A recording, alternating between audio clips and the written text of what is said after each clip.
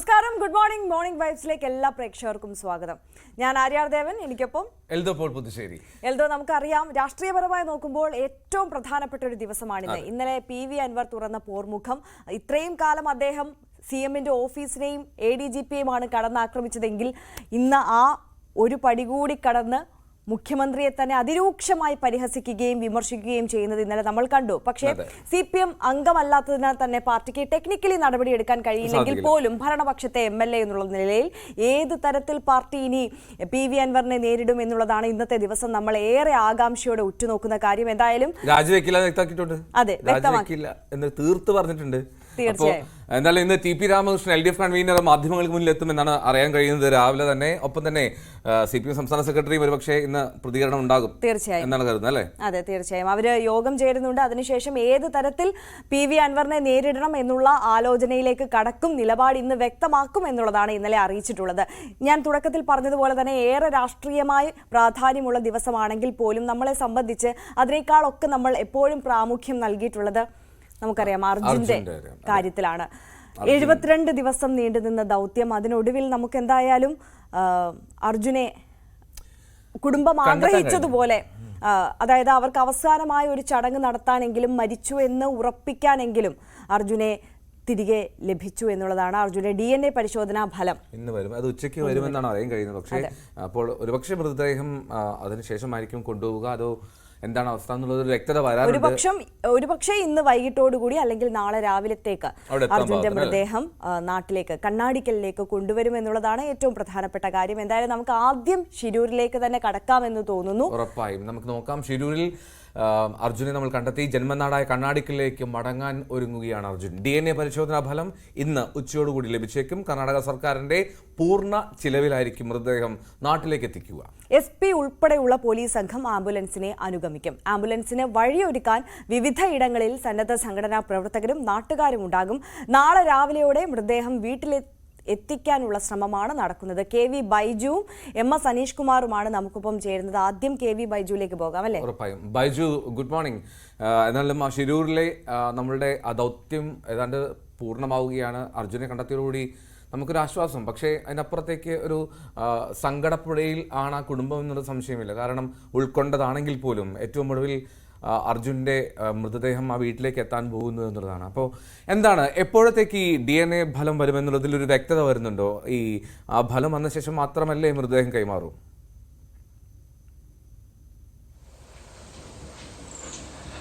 Good morning. തീർച്ചയായും DNA പരിശോധനാ ഫലം ഉച്ചയോടുകൂടി എത്തും എന്നാണ് നമുക്കിപ്പോൾ ലഭിക്കുന്ന വിവരം. അങ്ങനെയാണെങ്കിൽ അതിനുശേഷം മറ്റ് നടപടിക്രമങ്ങൾ പൂർത്തിയാക്കി ഇന്ന് തന്നെ മൃതദേഹം നാട്ടിലേക്ക് കൊണ്ടുപോകാനുള്ള ഒരു ഒരുക്കമാണ് നടക്കുന്നത്. ആ രീതിയിലാണ് ഇപ്പോൾ കാര്യങ്ങൾ മുന്നോട്ട് കൊണ്ടുപോകുന്നത്. പക്ഷേ DNA പരിശോധനാ ഫലം വൈകുകയാണെങ്കിൽ, ഒരു പക്ഷേ അത് വൈകിട്ടോ അല്ലെങ്കിൽ രാത്രിയോ ആവുകയാണെങ്കിൽ മാത്രം ഇതിൽ മാറ്റമുണ്ടാകും. എന്തായാലും ഇപ്പോൾ കാർവാർ ജില്ലാ ആശുപത്രി മോർച്ചറിയിലാണ് അർജുനുള്ളത്. അവസാനമായി ഈ കാർവാറിനോട്, അതായത് ശിരൂറോട് വിട ചൊല്ലാൻ ഒരുങ്ങുകയാണ്. അവസാന നിമിഷത്തിലേക്കാണ് നമ്മൾ കടക്കുന്നത്. നമ്മളും 2 മാസത്തിലധികമായി ഇവിടെ ഇത്തരത്തിൽ ഈ സംഭവവുമായി ബന്ധപ്പെട്ട് വാർത്താ റിപ്പോർട്ടുമായി ബന്ധപ്പെട്ടൊക്കെ നമ്മൾ ഇവിടെ ഉണ്ട്. ഏതായാലും ഇപ്പോൾ വീണ്ടും ഒരു മഴ ഒരു കാലാവസ്ഥയാണ് ഉള്ളത്.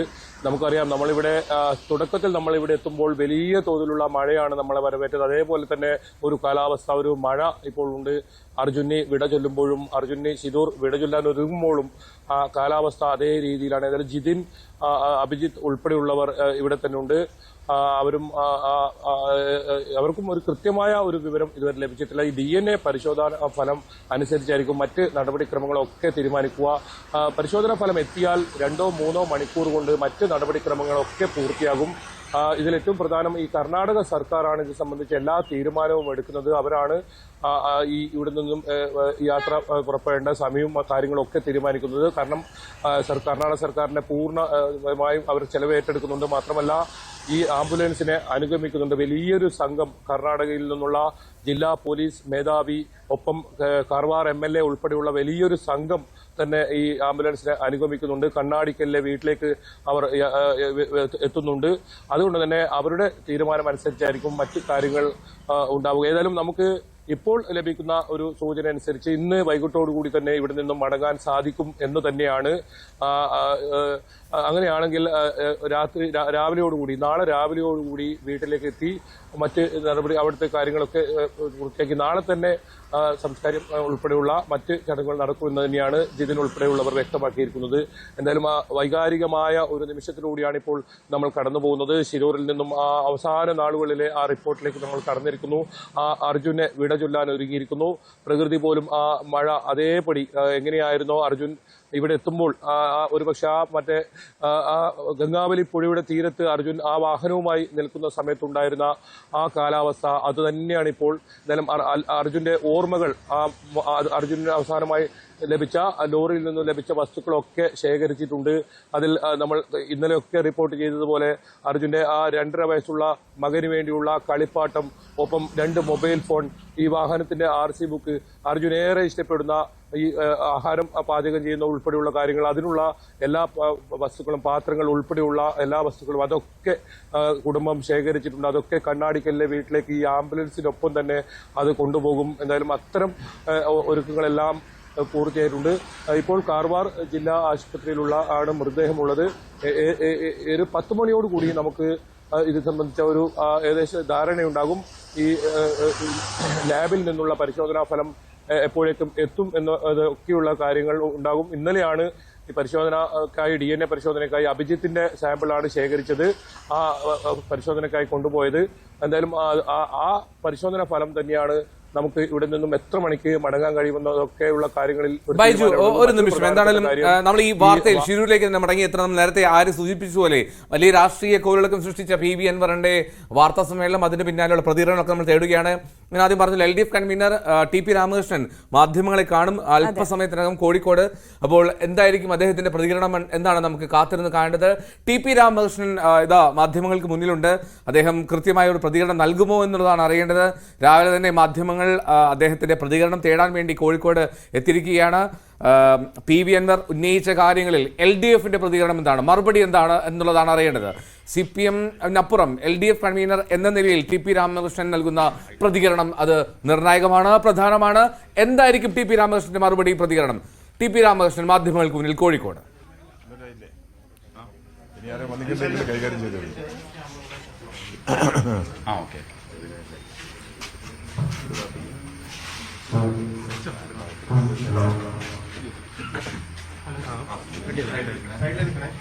മൈക്ക് അവരോട് പറഞ്ഞില്ലല്ലേ?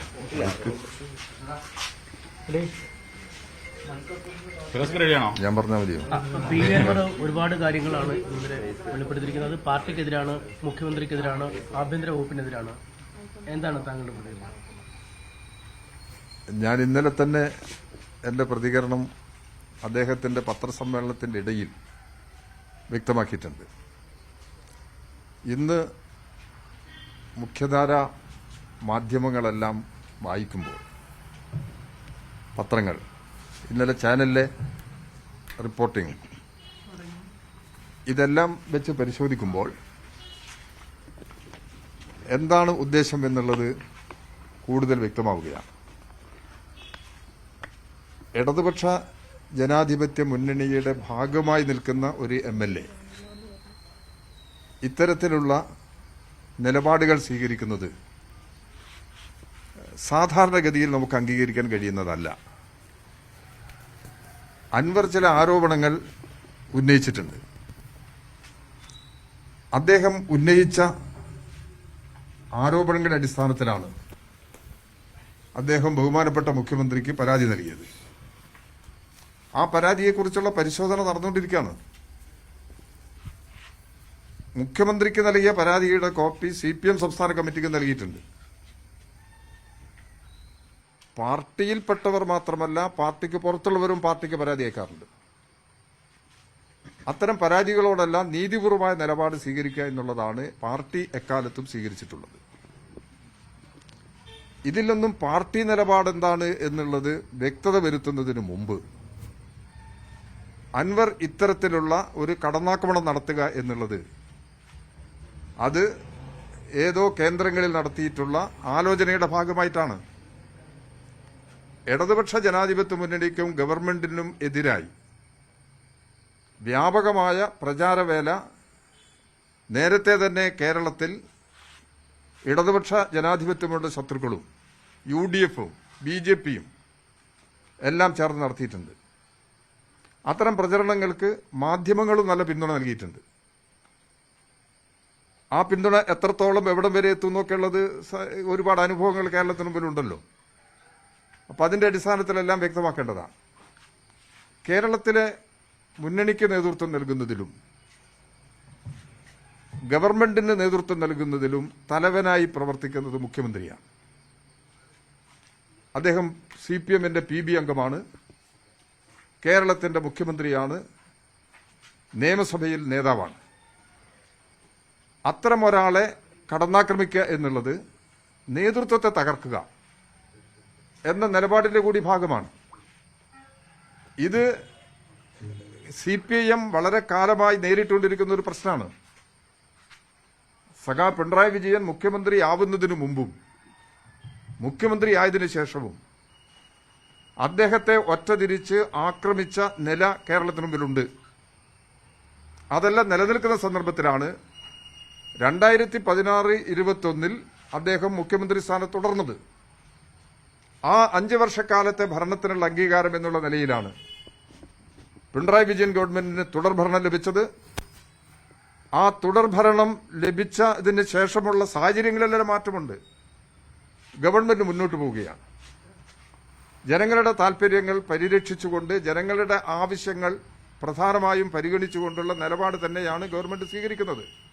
അത്തരം നിലപാടുകളെടുത്ത് മുമ്പോട്ട് പോകുമ്പോൾ ഭരണത്തിന് നേതൃത്വം നൽകുന്ന മുഖ്യമന്ത്രിയെ ഒറ്റതിരിഞ്ഞ് ആക്രമിച്ച് തകർക്കാനുള്ള ശ്രമം ജനങ്ങൾ തിരിച്ചറിയും എന്നുള്ള കാര്യത്തിൽ യാതൊരു സംശയവുമില്ല. അതുകൊണ്ട് അൻവർ ഒരു ആരോപണം ഉന്നയിച്ചു കഴിഞ്ഞാൽ മുഖ്യമന്ത്രിയുടെ വിശ്വാസ്യത അത് ബാധിക്കും എന്ന രീതിയിൽ പറയുന്നത് ശരിയല്ല. അദ്ദേഹത്തിന്റെ പ്രസ്താവനയിൽ പാർട്ടി അണികളാകെ അങ്ങനെ ചിന്തിക്കുന്നു എന്നെല്ലാമുള്ള വ്യാഖ്യാനം നൽകുന്നുണ്ട്. അടിസ്ഥാനരഹിതമാണത്.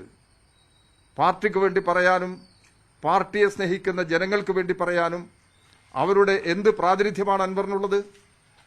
അപ്പം അതുകൊണ്ട് ഇത്തരം കാര്യങ്ങളെല്ലാം സംസാരിച്ച് വലിയ പ്രചാരവേല ഈ കാര്യത്തിൽ കിട്ടും എന്ന് മനസ്സിലാക്കി പാർട്ടി അണികളെയും ജനങ്ങളെയും തെറ്റിദ്ധരിപ്പിക്കാനുള്ള ഈ ശ്രമം അതൊരിക്കലും പാർട്ടി അണികളും പാർട്ടി ബന്ധുക്കളും ഇടതുപക്ഷ ജനാധിപത്യ മുന്നണിയെ സ്നേഹിക്കുന്നവരും ആരും അത് അംഗീകരിക്കാൻ പോകുന്നില്ല.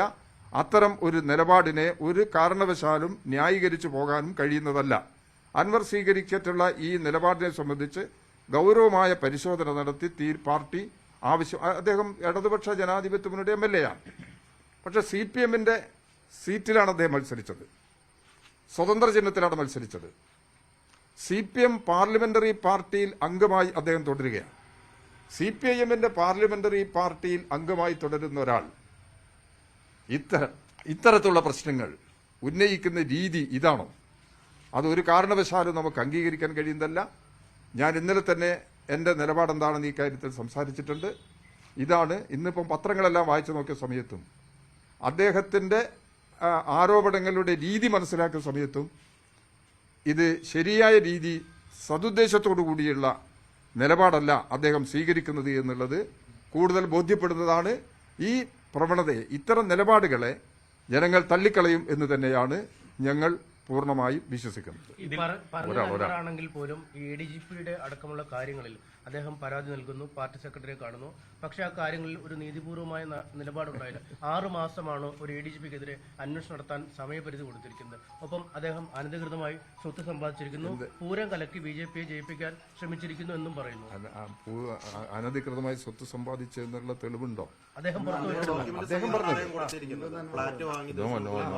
പറഞ്ഞത് അദ്ദേഹം ഒരു ആരോപണം ഉന്നയിച്ചു കഴിഞ്ഞാൽ അത് നിങ്ങൾക്കും ബാധകമാണ്, എനിക്കും ബാധകമാണ്. ആരോപണം ഉന്നയിച്ചു കഴിഞ്ഞാൽ അതെല്ലാം 100% ശരിയായിക്കൊള്ളുന്നില്ല. അത് ആ ആരോപണത്തെക്കുറിച്ച് അന്വേഷണം നടത്തി നിജസ്ഥിതി എന്താണെന്ന് മനസ്സിലാക്കണം. ആ പരിശോധന നടന്നുകൊണ്ടിരിക്കുകയാണ്.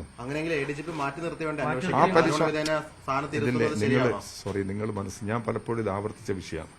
നിങ്ങൾ മനസ്സിലാക്കേണ്ടുന്ന ഒരു കാര്യം, ഗവൺമെന്റ് എന്ന് പറഞ്ഞു കഴിഞ്ഞാൽ മന്ത്രിമാർ മാത്രമല്ല, മന്ത്രിമാർക്ക് വേണ്ടി ജോലി ചെയ്യുന്ന ഉദ്യോഗസ്ഥന്മാർക്കുണ്ട്. അത് നമ്മളൊരു സിസ്റ്റം എങ്ങനെയാണ്. അത് നിയമപരമായ വ്യവസ്ഥകളുണ്ട്. ഒരു ആരോപണം വന്നു കഴിഞ്ഞാൽ എങ്ങനെ ഇതിനെ സമീപിക്കണം, എന്ത് നിലപാടെടുക്കണം, അത്തരം ഭരണപരമായ കാര്യങ്ങൾ ചുമതലയുണ്ട്. ആരോപണം ഉന്നയിച്ചാൽ ഉടനെ നടപടിയല്ല സ്വീകരിക്കേണ്ടത്. ഒരാളെ പേരിൽ നടപടി എടുത്തല്ലോ. അവിടുത്തെ പഴയ മലപ്പുറം SP ആയിരുന്ന ഒരാളില്ലേ, സുജിത് ദാസ്, അദ്ദേഹത്തിന്റെ പേരിൽ നടപടി എടുത്തല്ലോ. അത് നടപടി പ്രാഥമികമായ പരിശോധനയിൽ തന്നെ അദ്ദേഹത്തിന് തെറ്റുപറ്റി എന്ന പൂർണ്ണ ബോധ്യമുള്ളത് കൊണ്ടാണ് നടപടി എടുത്തിട്ടുള്ളത്. അത് ഗവൺമെന്റ് നിലപാടിന്റെ ഭാഗം തന്നെയാണത്. അതുകൊണ്ട് ഈ കാര്യങ്ങളെല്ലാം പരിശോധനയിലാണ്. പരിശോധിച്ച് എന്ത് നിലപാട് എന്നുള്ളത് കാത്തു നിൽക്കാതെ, അതിന്റെ നടപടിക്രമങ്ങൾ പൂർണ്ണമായും അംഗീകരിക്കാതെ ഇത്തരം ഒരു രീതി സ്വീകരിക്കുന്നത് ശരിയല്ല എന്നുള്ളതാണ് നമ്മൾ ചൂണ്ടിക്കാണിക്കുന്ന പ്രശ്നം. പൂരം കരക്കലിന്റെ അത് സംബന്ധിച്ചുള്ള പ്രശ്നങ്ങളും പത്രങ്ങളൊക്കെ പലതും ഇപ്പൊ എഴുതിയിട്ടുണ്ടല്ലോ. പക്ഷെ ഗവൺമെന്റ് നിലപാട് പറയട്ടെ.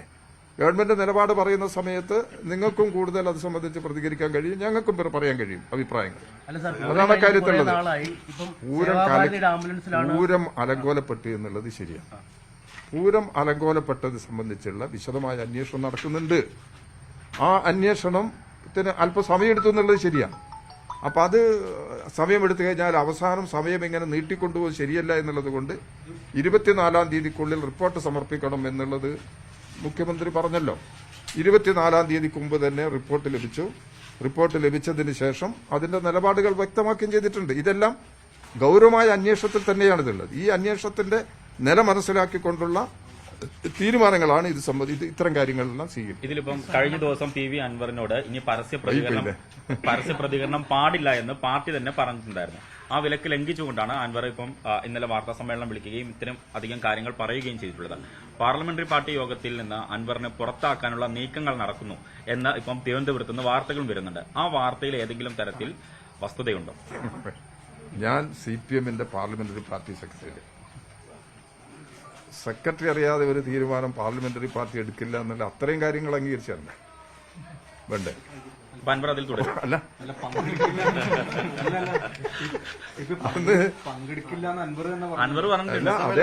ഞങ്ങൾ അൻവറിനെ പാർലമെന്ററി പാർട്ടി അംഗത്തിന് ഞങ്ങൾ ഒഴിവാക്കിയിട്ടില്ല. ഒഴിവാക്കുന്നതിന് മുമ്പ് തന്നെ പാർലമെന്ററി പാർട്ടിക്ക് പുറത്തു പോകുന്ന അദ്ദേഹം സംസാരിച്ചു കഴിഞ്ഞിട്ട് പ്രഖ്യാപിച്ചു കഴിഞ്ഞിട്ടുണ്ട്. അദ്ദേഹം ഇടതുപക്ഷ ജനാധിപത്യ മുന്നണിക്കും CPM-നും എതിരായി സ്വീകരിച്ച നിലപാട്, അത് സംബന്ധിച്ച് ഞങ്ങളുടെ പാർട്ടി ഇത് കാര്യങ്ങൾ ആലോചിക്കാൻ പോകുന്നേ ഉള്ളൂ. എന്ത് നിലപാട് ഈ കാര്യത്തിൽ സ്വീകരിക്കണം എന്നുള്ളത് ഞങ്ങളുടെ പാർട്ടി എന്ന് പറഞ്ഞാൽ CPM ഈ കാര്യത്തിൽ നിലപാടുകൾ ആലോചിക്കുള്ളൂ. ഇപ്പം ഇന്നും നാളെയുമായി പാർട്ടിയുടെ PB യോഗം ചേരുക, കേന്ദ്ര കമ്മിറ്റി യോഗമുണ്ട്. അപ്പം പാർട്ടി നേതാക്കന്മാരെല്ലാം ഈ യോഗത്തിന് വേണ്ടി ഡൽഹിക്ക് പോയി, മുഖ്യമന്ത്രി ഉൾപ്പെടെ ഡൽഹിക്ക് പോയി കഴിഞ്ഞിട്ടുണ്ട്. ഞങ്ങൾ CPM-ന്റെ സംഘടനാപരമായ ചില നടപടിക്രമങ്ങളുണ്ട് ഇതിൽ. അതിനുശേഷം ഞങ്ങൾ എന്തെങ്കിലും തീരുമാനം, എന്താണ് തീരുമാനമെടുക്കുന്നുള്ളത് പരസ്യപ്പെടുത്താനുള്ള തീരുമാനമാണെങ്കിൽ തീർച്ചയായിട്ടും നിങ്ങൾ വിളിച്ചിട്ട് സംസാരിക്കും. നിയമ നടപടിക്കുള്ള സാധ്യത പരിശോധിക്കുന്നുണ്ടോ? ഇല്ലില്ല, അതിപ്പോ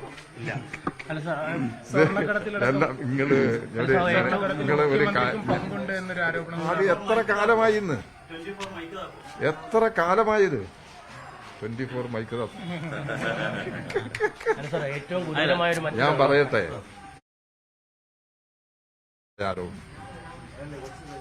ആരോപണം ഇങ്ങനെ കത്തി നിന്നില്ലേ? രാവിലെ ആരോപണം ഇങ്ങനെ 26 states, 12 തെരഞ്ഞെടുപ്പ്, അതല്ലേ ആ തെരഞ്ഞെടുപ്പിൽ പാർട്ടി MLA അല്ല, അദ്ദേഹം വിജയിച്ചതിന് ശേഷമാണ് അദ്ദേഹം പാർലമെന്ററി പാർട്ടിയിൽ വരുന്നത്.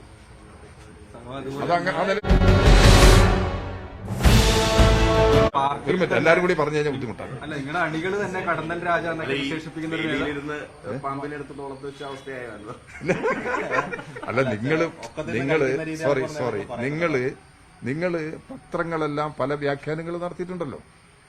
അദ്ദേഹത്തിന്റെ ഇന്നലെ നടത്തിയ പത്രസമ്മേളനത്തെ പല രീതിയിലും പത്രങ്ങൾ വ്യാഖ്യാനിച്ചിട്ടുണ്ട്. അത് ശരിയാണോ എന്നുള്ളത് ഞാനല്ല പറയേണ്ടത്. അത് ശരിയാണോ തെറ്റാണോ എന്നുള്ളത് അദ്ദേഹം തന്നെയാണ് പറയേണ്ടത്.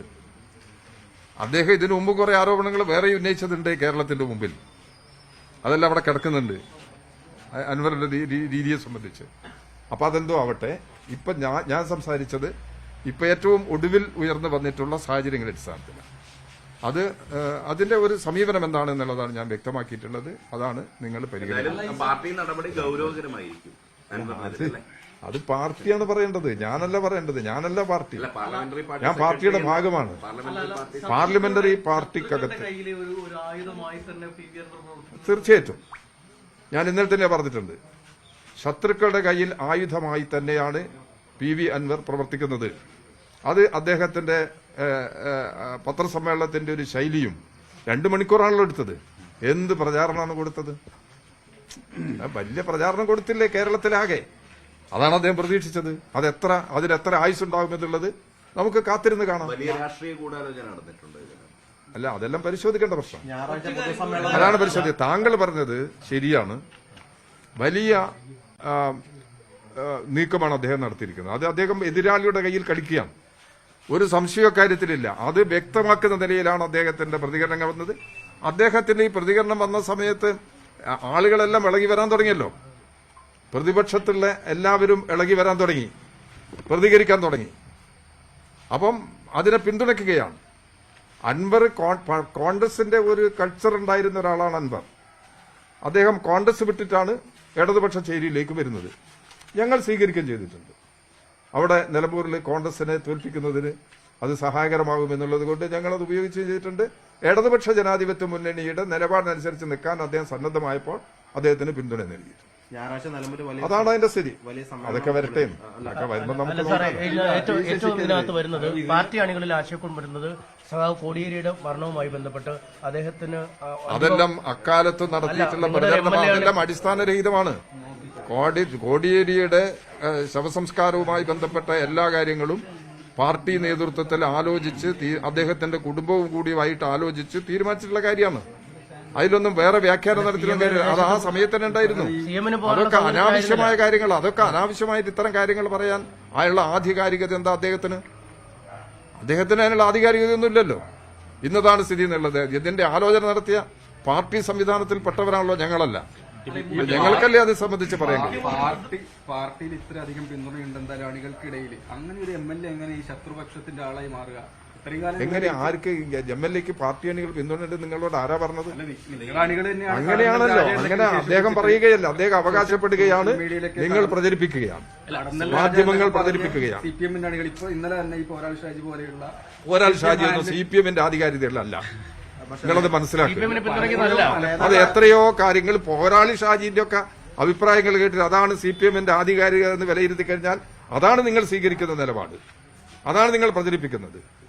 അത്തരം ആളുകളാണ് CPM വക്താക്കളെന്ന് ചിത്രീകരിക്കുന്നതിന് വേണ്ടിയുള്ള നിലപാട് നിങ്ങൾ സ്വീകരിക്കുന്നത്. സോഷ്യൽ മീഡിയയിൽ പല രീതിയിലുള്ള കാര്യങ്ങൾ അഭിപ്രായങ്ങളൊക്കെ വന്നിട്ടുണ്ടാവാം, അതൊക്കെ ആയിരിക്കും. പക്ഷെ അതിന് CPM യാതൊരു ഉത്തരവാദിത്വമില്ല. അത് സംബന്ധിച്ച് അഭിപ്രായം പറയേണ്ടത് ഒരു CPM അല്ലേ? ദയവ് ചെയ്ത് നിങ്ങൾ അത് CPM. മറ്റൊരു കാര്യം, അതായത് ഇപ്പം കഴിഞ്ഞ ദിവസം TP എന്നെ പറഞ്ഞിട്ടുണ്ടായിരുന്നു, ഈ P ശശിക്കെതിരെ പരാതികളൊന്നും ഇതുവരെ ലഭിച്ചിട്ടില്ല എന്ന് പറഞ്ഞിട്ടുണ്ടായിരുന്നു. എന്നാൽ പിന്നീട് അൻവർ അതുമായി ബന്ധപ്പെട്ട് പരാതികൾ നൽകുകയും ചെയ്തിട്ടുണ്ട്. പക്ഷേ അപ്പോഴും ഈ P ശശിക്കെതിരെ ക്ലീൻ ചീറ്റ് നൽകുകയാണ് പാർട്ടി നൽകിയിട്ടുള്ളത്. അപ്പം അത് എന്തുകൊണ്ടാണ്? അല്ല, അത് ശശിക്ക് ക്ലീൻ ചിറ്റ് നൽകിയത് പരാതിയിലുള്ള പ്രശ്നങ്ങൾ പരിശോധിച്ചിട്ട് തന്നെയായിരിക്കും. പാർട്ടി അത് പരിശോധിക്കാൻ പോകുന്നില്ല. പാർട്ടി പരിശോധിക്കുന്നത് എന്നുള്ളത് അത് സംബന്ധിച്ചുള്ള നിലപാടാണല്ലോ ഗോവിന്ദമാഷ് പറഞ്ഞത്.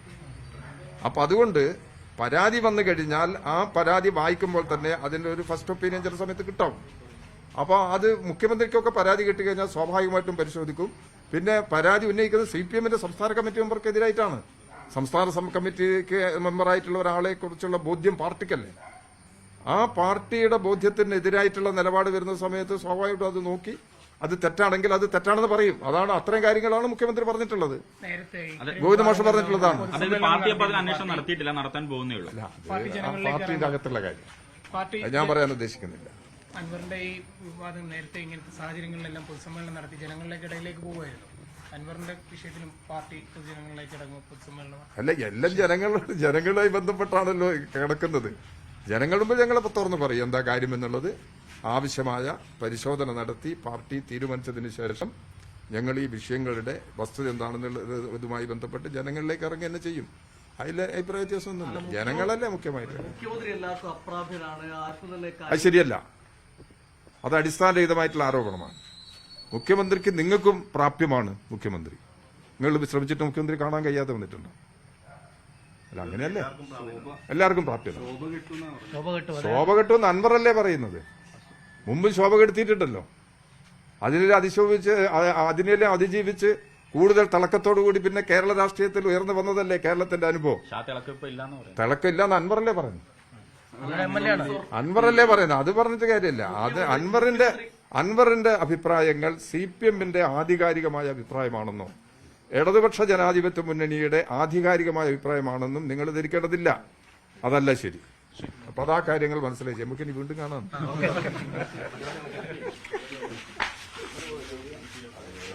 പി രാമകൃഷ്ണൻ മാധ്യമങ്ങളോട് സംസാരിക്കുകയായിരുന്നു. കൃത്യമായ ഗൂഢാലോചനയുടെ പിൻബലത്തിലാണ് PV അൻവർ ഇത്തരത്തിൽ മുഖ്യമന്ത്രിയെയും പാർട്ടിയെയും കടന്നാക്രമിക്കുന്ന തരത്തിലുള്ള വാർത്താ സമ്മേളനവും പ്രതികരണവും ഒക്കെ ആരോപണങ്ങളും ഒക്കെ കഴിഞ്ഞ ദിവസം ഉന്നയിച്ചിട്ടുള്ളത് എന്നുള്ളതാണ് TP രാമകൃഷ്ണൻ പറഞ്ഞത്. എന്തായാലും ആസൂത്രിതമായ നീക്കമാണ്. മുഖ്യമന്ത്രിയുടെയും LDF-നെയും തകർക്കുക എന്നുള്ള ഉദ്ദേശത്തോടു കൂടി നടത്തിയിട്ടുള്ള ചില പരാമർശങ്ങൾ എന്നതിനപ്പുറം ഇതിനെ ഗൗരവത്തോടെ കാണേണ്ട എന്നുള്ളതാണ് LDF കൺവീനർ പറയുന്നത്. സദുദ്ദേശത്തോടെയുള്ള നീക്കമല്ല അൻവറിന്റേത്, കൃത്യമായിട്ടുള്ളൊരു ഗൂഢ ലക്ഷ്യമുണ്ട്, സദുദ്ദേശമല്ല എന്ന് വ്യക്തമാക്കുന്നു LDF കൺവീനർ. കൃത്യമായി അതിലൊരു വ്യക്തത വരുന്നുണ്ട് ഇപ്പോൾ എന്തായിരിക്കും മുന്നിലേക്ക് പോവുക എന്നുള്ളതിൽ.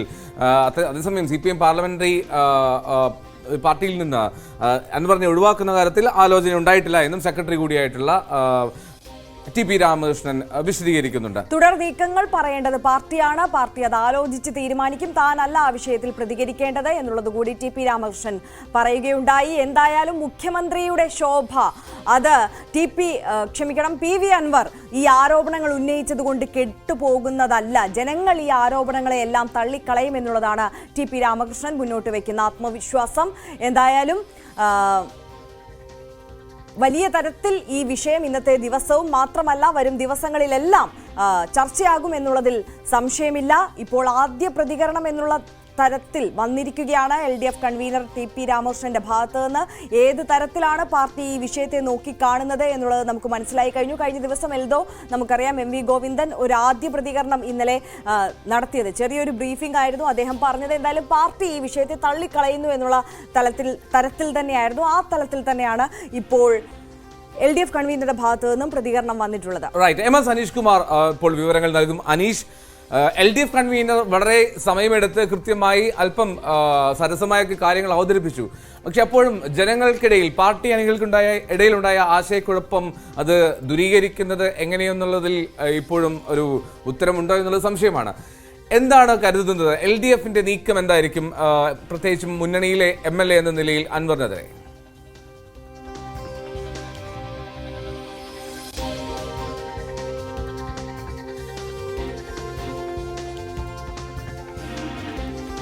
അനീഷ്, കേൾക്കാമോ? അനീഷ്, എന്താണ് TP രാമകൃഷ്ണൻ വിശദീകരിക്കുന്നത്? സനീഷ് കുമാറിലേക്ക് അല്പസമയത്തിനകം തന്നെ നമുക്ക് മടങ്ങിയെത്താം. അതോടൊപ്പം തന്നെ CV അനുമോദും നമുക്കൊപ്പം മലപ്പുറത്ത് നിന്ന് ഉടൻ ചേരുമെന്നുള്ളത് പ്രതീക്ഷിക്കുകയാണ്. എന്തായാലും TP രാമകൃഷ്ണനാണ്, LDF കൺവീനറാണ്, അല്പസമയം മുമ്പ് മാധ്യമങ്ങളോട് സംസാരിച്ചത്. എന്തായാലും ജനങ്ങളോട് ഈ കാര്യങ്ങളെല്ലാം പാർട്ടി തന്നെ വിശദീകരിക്കും. ജനങ്ങൾ ഈ ആരോപണങ്ങളെല്ലാം തള്ളിക്കളയുമെന്നുള്ള ആത്മവിശ്വാസം അദ്ദേഹം മുന്നോട്ട് വെക്കുന്നുണ്ട്. എന്തായാലും കൃത്യമായ ഗൂഢാലോചനയുടെ പിൻബലത്തിലാണ് ഇത്തരത്തിൽ PV അൻവർ മുഖ്യമന്ത്രിക്കും പാർട്ടിക്കുമെതിരെ നടത്തിയിട്ടുള്ള ആരോപണങ്ങൾ എന്നുള്ളതാണ് LDF കൺവീനർ നിലപാട് വ്യക്തമാക്കിയിരിക്കുന്നത്. അനീഷ് കുമാർ ഇപ്പോൾ നമ്മോടൊപ്പമുണ്ട്. അനീഷ്, LDF കൺവീനർ വിശദീകരിക്കുന്നത് എന്താണ്? ഇത് ഒരു ഗൂഢലക്ഷ്യം എന്നതിനപ്പുറം എങ്ങനെ കാര്യങ്ങൾ കൈകാര്യം ചെയ്യും?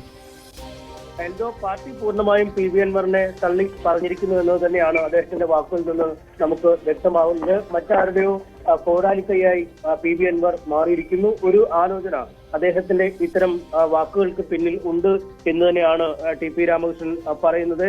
ഏതോ കേന്ദ്രങ്ങളിൽ നടത്തിയിട്ടുള്ള ഒരു ഗൂഢാലോചനയുടെ ഭാഗമാണ് ഈ പാർട്ടിക്കെതിരായ അൻവറിന്റെ കടന്നാക്രമണം. മുന്നണിയുടെയും സർക്കാരിന്റെയും തലവനാണ് മുഖ്യമന്ത്രി. പാർട്ടിയുടെ പോളിറ്റ് ബ്യൂറോ അംഗമാണ്. അദ്ദേഹത്തിനെ ആക്രമിക്കുക എന്നതിന് പിന്നിൽ CPM-ന്റെ നേതൃത്വത്തെ ആക്രമിക്കുകയും തകർക്കുക എന്നത് തന്നെയാണ് അൻവർ ലക്ഷ്യമാക്കുന്നത്. അത് ചില കേന്ദ്രങ്ങളിൽ നടത്തിയ ഗൂഢാലോചനയുടെ ഭാഗമാണ് എന്നും അദ്ദേഹം പറയുന്നു.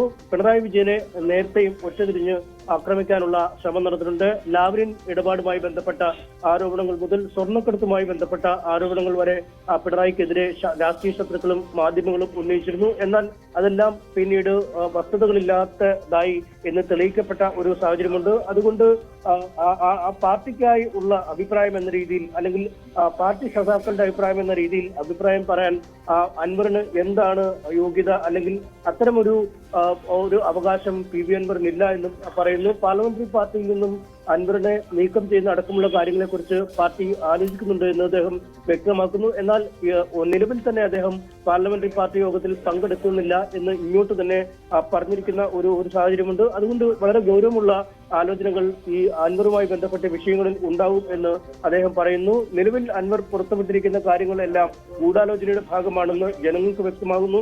അതുകൊണ്ട് തന്നെ ജനങ്ങൾ ഈ നിലപാട്, അല്ലെങ്കിൽ പാർട്ടി സഖാക്കൾ ഈ നിലപാട് പൂർണ്ണമായും തള്ളിക്കളയും എന്നും അദ്ദേഹം പറയുന്നു. ഒപ്പം പൂരം കലക്കിയതുമായി ബന്ധപ്പെട്ട കാര്യങ്ങളൊക്കെ വസ്തുതയാണ്. അങ്ങനെ പൂരം അലങ്കോലമായി എന്നത് സത്യവുമാണ്. അക്കാര്യവുമായി ബന്ധപ്പെട്ട ഗൗരവമുള്ള അന്വേഷണങ്ങൾ നടക്കുന്നു. സമയബന്ധിതമായി അന്വേഷണം പൂർത്തിയാക്കി റിപ്പോർട്ട് നൽകണം എന്ന് മുഖ്യമന്ത്രി ഇതിനകം തന്നെ പറഞ്ഞിരിക്കുന്നു. അതുകൊണ്ട് അൻവർ പറഞ്ഞ കാര്യങ്ങളെ പാർട്ടിയും സർക്കാരും ഗൗരവത്തിലെടുത്തില്ല എന്നത് അടിസ്ഥാനരഹിതമായ ആരോപണങ്ങളാണ്. ഇക്കാര്യങ്ങളുമായി ബന്ധപ്പെട്ടൊക്കെ അന്വേഷണം വളരെ കാര്യക്ഷമമായി തന്നെ പുരോഗമിക്കുന്നുണ്ട് എന്നും അദ്ദേഹം പറയുന്നു. ഒപ്പം കോൺഗ്രസ് സംസ്കാരം ഉണ്ടായിരുന്ന ആളാണ് അൻവർ. അത്തരമൊരു സംസ്കാരത്തിലേക്ക് തന്നെ അദ്ദേഹം നീങ്ങുന്നു എന്നതാണ് നിലവിലെ കാര്യങ്ങൾ വ്യക്തമാക്കുന്നത്. ഒപ്പം ഈ കോടിയേരി ബാലകൃഷ്ണൻ, മുൻ CPM സംസ്ഥാന സെക്രട്ടറിയുടെ സംസ്കാര ചടങ്ങുകളുമായി ബന്ധപ്പെട്ട് PV അൻവർ ഉന്നയിച്ചിരിക്കുന്ന ആരോപണങ്ങൾ അടിസ്ഥാനരഹിതമാണ്. കോടിയേരിയുടെ കുടുംബവും പാർട്ടിയുമായും ആലോചിച്ചാണ് അദ്ദേഹത്തിന്റെ സംസ്കാര ചടങ്ങുകളെല്ലാം തീരുമാനിച്ചത്. നേരത്തെ തന്നെ ഇക്കാര്യങ്ങൾ പാർട്ടി വിശദീകരിച്ചതാണ്. പാർട്ടി അണികളിൽ ഒരു ആശയക്കുഴപ്പമുണ്ടാക്കുക എന്നത് മാത്രമാണ് ഇക്കാര്യങ്ങളിൽ അൻവറിന്റെ നിലപാടെന്നും പറയുന്നു. ഒപ്പം ഈ പോരാളി ഷാജി പോലുള്ള പേജുകളിൽ, സൈബർ ഇടങ്ങളിൽ വലിയ കാര്യങ്ങൾ പുറത്തു വരുന്നു പാർട്ടിക്കെതിരെ. അക്കാര്യങ്ങളിൽ പാർട്ടിയുടേതായ ഒരു ആധികാരികതയും ഈ പോരാളി ഷാജിക്കില്ല. ഇത്തരം പല സൈബർ ഇടങ്ങളിലും CPM-ന് വേണ്ടി പറയുന്ന കാര്യങ്ങൾ CPM അല്ല പിന്നിൽ, അല്ലെങ്കിൽ CPM-ന്റെ സൈബർ ഇടപെടലുകളല്ല ഇത് എന്നും അദ്ദേഹം വ്യക്തമാക്കുന്നു. എന്തായാലും ഈ സർക്കാരിനെതിരെയും പാർട്ടിക്കെതിരെയും ഉയർന്നിരിക്കുന്ന മിക്ക കാര്യങ്ങളിലും അക്കമിട്ട് നിരത്തി തന്നെ TP രാമകൃഷ്ണൻ മറുപടി നൽകുന്നുമുണ്ട്. എന്തോ റൈറ്റ്. MS അനീഷ് കുമാറാണ് വിവരങ്ങൾ നൽകിയത്. എന്താണെങ്കിലും LDF കൺവീനറുടെ പ്രതികരണം അത് വളരെ വിശദമായിരുന്നു. സദുദ്ദേശത്തോടു കൂടിയല്ല എന്നുള്ളതാണ് പ്രധാനമായും അൻവറിനെതിരെ ഉന്നയിക്കുന്നത്. അതെ, CV അനുമോദ് കൂടി നമുക്കൊപ്പം ചേരുകയാണ്. അനുമോദ്, മുഖ്യമന്ത്രിക്കെതിരെ ഇതുവരെ ആരും സംസാരിക്കാത്ത വിധത്തിലാണ് PV അൻവറിന്റെ ആരോപണങ്ങളും വാക്കുകളും ഒക്കെ കഴിഞ്ഞ ദിവസം വന്നത്. ഒരുപക്ഷെ പ്രതിപക്ഷ പാർട്ടിയിലെ നേതാക്കൾ പോലും ഇത്തരത്തിൽ മുഖ്യമന്ത്രിക്കെതിരെ സംസാരിച്ചിട്ടുണ്ടാകില്ല എന്ന് വേണം നമുക്ക് പറയാൻ. അപ്പോഴാണ് ഭരണപക്ഷത്തെ ഒരു MLA ഇത്തരത്തിൽ വളരെ രൂക്ഷമായ രീതിയിൽ സംസാരിക്കുന്നു, പരിഹസിക്കുന്നു, ആരോപണങ്ങൾ ഉന്നയിച്ചുകൊണ്ട് രംഗത്തേക്ക് വരുന്നത്. CPM-ൽ നിന്നും LDF-ൽ നിന്നും അൻവർ ഒരുപാട് അകന്നു കഴിഞ്ഞിട്ടുണ്ട് എന്നുള്ളതിൽ ഒരു തർക്കവുമില്ല. പാർട്ടി ഒറ്റക്കെട്ടായി മുതിർന്ന നേതാക്കളൊക്കെ കഴിഞ്ഞ ദിവസം മുതൽ തന്നെ അൻവറിനെതിരെ രംഗത്തേക്ക് വരുന്ന കാഴ്ചകൾ നമ്മൾ കണ്ടു കഴിഞ്ഞു. ഇന്നും കൂടുതൽ പ്രതികരണം ഉണ്ടാകും. പക്ഷേ അൻവറിന്റെ ലക്ഷ്യം അതിനി എന്താകും?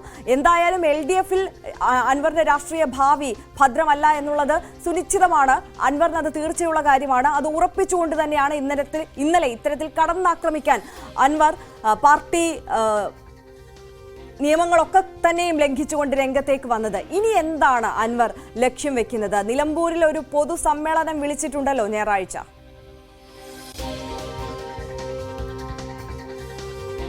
തീർച്ചയായും PV അൻവർ പ്രതിപക്ഷത്തിലുള്ള നേതാക്കൾ പോലും ഉന്നയിക്കാത്ത ആരോപണങ്ങൾ, പ്രയോഗിക്കാത്ത ഭാഷ, അത്തരത്തിൽ അതിരൂക്ഷമായിട്ടാണ് മുഖ്യമന്ത്രിയെ കടന്നാക്രമിച്ചുകൊണ്ട് അദ്ദേഹം വാർത്താ സമ്മേളനം നടത്തിയത്. തനിക്ക് പറയാനുള്ളതെല്ലാം അൻവർ പറഞ്ഞു കഴിഞ്ഞിരിക്കുന്നു. തന്നെ കള്ളക്കടത്തുകാരനായി ചിത്രീകരിച്ചതാണ് അദ്ദേഹത്തെ വലിയ തോതിൽ തന്നെ ഈ ഒരു പ്രതികരണത്തിലേക്ക്, അതിരൂക്ഷമായ പ്രതികരണങ്ങളിലേക്ക് നയിച്ചത് എന്നാണ് അദ്ദേഹം വാർത്താ സമ്മേളനത്തിൽ പറഞ്ഞത്. സ്വർണ്ണക്കടത്തുമായി ബന്ധപ്പെട്ട വിവരങ്ങൾ അന്വേഷിക്കുമ്പോൾ താൻ അതുമായി ബന്ധപ്പെട്ട ചില ആളുകളുടെ ആളാണെന്ന തരത്തിൽ മുഖ്യമന്ത്രി പ്രതികരിച്ചത് അത് അംഗീകരിക്കാൻ കഴിയുന്നതല്ല. അവിടെ വെച്ചാണ് അൻവർ ഈ ഒരു വിഷയത്തിൽ കൃത്യമായി ഗതി മാറി ഒഴുകുന്നത്. അതല്ലെങ്കിൽ അൻവറിന് അതുവരെ ഉണ്ടായിരുന്ന പ്രതീക്ഷകളൊക്കെ അവിടെ ഇല്ലാതെയാകുന്ന ഒരു സാഹചര്യം. ഇന്നിപ്പോൾ പാർട്ടിയും സംവിധാനങ്ങളും ഒന്നും അൻവറിന്റെ കൂടെ ഇല്ല. ഇതുവരെ അൻവറിന്റെ കൂടെ വാഴ്ത്തുപാട്ട് പാടി സാമൂഹ്യ മാധ്യമങ്ങൾ നിറഞ്ഞിരുന്ന അണികൾ ഇനി ഉണ്ടാകുമോ എന്ന് പോലും അറിയില്ല. തീർച്ചയായിട്ടും അൻവറിന്റെ രാഷ്ട്രീയ ജീവിതത്തിൽ ഇതൊരു വലിയ ഒരു പ്രതിസന്ധി തന്നെയാണ് അൻവർ നേരിടുന്നത്.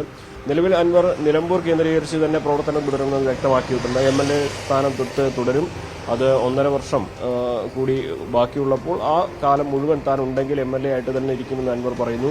അതിനുശേഷം അൻവറിന്റെ നീക്കങ്ങൾ നമുക്കറിയാം, രാഷ്ട്രീയത്തിൽ അസാധ്യമായിട്ടൊന്നുമില്ല. അതുകൊണ്ട് തന്നെ അൻവറിനെ പോലെ ഒരു മേഖലയിൽ വലിയ സ്വാധീനമുണ്ടാക്കാൻ കഴിയുന്ന ഒരു നേതാവിനെ എങ്ങനെ സ്വീകരിക്കണമോ അതോ ഇപ്പോൾ അദ്ദേഹം പോകുന്നത് പോലെ സ്വതന്ത്രനായി പോകണമോ എന്നുള്ള കാര്യങ്ങളൊക്കെ രാഷ്ട്രീയ പാർട്ടികളുടെ ഒരു സാധ്യതകളുടെ പട്ടികയിൽ വരുന്നതാണ്. സ്വാഭാവികമായിട്ടും കോൺഗ്രസിനോട് അദ്ദേഹത്തിന് മുൻപുണ്ടായിരുന്ന ഒരു തരത്തിലുള്ള ഒരു അകൽച്ച ഇനി ഉണ്ടാകില്ല എന്ന് നമുക്കറിയാം. ഇന്നലെ തന്നെ രാഹുൽ ഗാന്ധിയുടെ DNA വിഷയത്തിൽ അത് നിലപാട് വ്യക്തമാക്കിക്കൊണ്ട് അൻവർ പറയുകയും ചെയ്തിരുന്നു. നെഹ്റു വന്ന് താമസിച്ച വീടാണ് തന്റേത്. രാഹുൽ ഗാന്ധിയുടെ രാഷ്ട്രീയ പാരമ്പര്യത്തെക്കുറിച്ച് ആണ് താൻ സൂചിപ്പിച്ചത്. അത് വക്രീകരിച്ച് വളച്ചൊടിച്ച് പറയുകയായിരുന്നു. അത് അത്തരത്തിൽ താൻ രാഹുലിനെയും നെഹ്റു കുടുംബത്തിനെയും ഒക്കെ സ്നേഹിക്കുന്ന ആളാണെന്ന് പറഞ്ഞ് അവസാനിപ്പിച്ചുകൊണ്ടായിരുന്നു അദ്ദേഹത്തിന്റെ ഇന്നലത്തെ വാർത്താ സമ്മേളനം അവസാനിച്ചത്. അപ്പോൾ സ്വാഭാവികമായിട്ടും വരും ദിവസങ്ങളിൽ UDFന്റെ ഭാഗത്തുള്ള പ്രതികരണങ്ങൾ വളരെ നിർണായകമാണ്. പ്രത്യേകിച്ച് ഇനി സഭ ചേരാനിരിക്കുമ്പോൾ അൻവർ ഉന്നയിച്ച ആരോപണങ്ങളാണ് UDF സഭയിൽ LDFനെതിരെ ആയുധമാക്കുന്നത്. അപ്പോൾ അങ്ങനെ ആരോപണങ്ങൾ സ്വീകരിക്കുകയും അൻവറിനെ തള്ളിക്കളയുകയും ചെയ്യുന്ന നിലപാടാണ് ഇപ്പോഴുള്ളത്. അത് മാറുമോ എന്നുള്ളതാണ് കണ്ടറിയേണ്ടത്. അതോടൊപ്പം തന്നെ അദ്ദേഹം സ്വന്തം നിലയിൽ വലിയ തോതിൽ ഒരു അണികളെ നിലമ്പൂർ കേന്ദ്രീകരിച്ച് അദ്ദേഹത്തിന്റെ സ്വാധീന മേഖലകൾ കേന്ദ്രീകരിച്ച് പ്രവർത്തനം ശക്തമാക്കിയിട്ടുണ്ട്. നിലവിൽ തന്നെ പാർട്ടിയുടെ വലിയ ഒരു വിഭാഗം നിലമ്പൂരിലെ പാർട്ടിയുടെ വലിയൊരു വിഭാഗം അൻവറിനൊപ്പമാണുള്ളത്. അപ്പോൾ അവർക്കൊപ്പം നീങ്ങി സ്വന്തം കരുത്തിൽ ഇടതിന്റെയും വലതിന്റെയും പിന്തുണയില്ലാതെ ഒറ്റയ്ക്ക് അൻവറിന് നീങ്ങാൻ കഴിയുമോ എന്ന ചോദ്യമാണ് ഉയരുന്നത്. എന്നാണെങ്കിലും അൻവറിനെ സംബന്ധിച്ച് രാഷ്ട്രീയമായിട്ട് ഇനിയുള്ള ദിവസങ്ങൾ പുതിയ പ്രതിസന്ധികളുടേതാണ്. അൻവറിന്റെ പൊതുസമ്മേളനം ഞായറാഴ്ചയാണ് വിളിച്ചിട്ടുള്ളത്. അത് എപ്പോഴെവിടെ എങ്ങനെയാണെന്നുള്ളതൊക്കെ അന്തിമ തീരുമാനത്തിലേക്ക് എത്തുന്നതേ ഉള്ളൂ. പക്ഷേ എന്തുതന്നെയാണെങ്കിലും അതൊരു ശക്തി പ്രകടനമാക്കാനാവും അൻവർ ശ്രമിക്കുക. നേരത്തെ തന്നെ അൻവർ ഈ വലിയ ഷോകളുടെ മാസ് ക്രൗഡ് പുള്ളർ എന്നൊരു ഇമേജ് ഉള്ളതാണ്. അതുകൊണ്ട് തന്നെ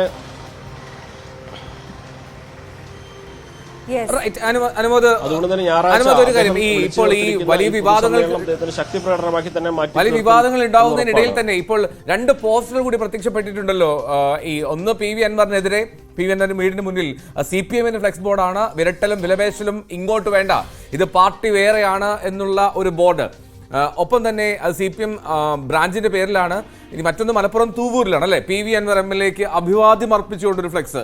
അത് Shri K Karunakaran foundation state committee എന്നുള്ള പേരിലാണ് ആ ഫ്ലെക്സ് ബോർഡ് വന്നിരിക്കുന്നത്. അപ്പോൾ അതായത് വലിയ തോതിലുള്ള വിമർശനങ്ങളും അല്ലെങ്കിൽ പിന്തുണയും ഒക്കെ സമാസമം ചേരുന്നുണ്ട്. ഇനിയൊരു പ്രതികരണത്തിനുള്ള സാധ്യത അല്ലെങ്കിൽ കൂടുതൽ കാര്യങ്ങൾക്ക് ഇനി മാധ്യമങ്ങൾക്ക് മുന്നിലെത്താൻ സാധ്യതയുണ്ടോ അൻവർ?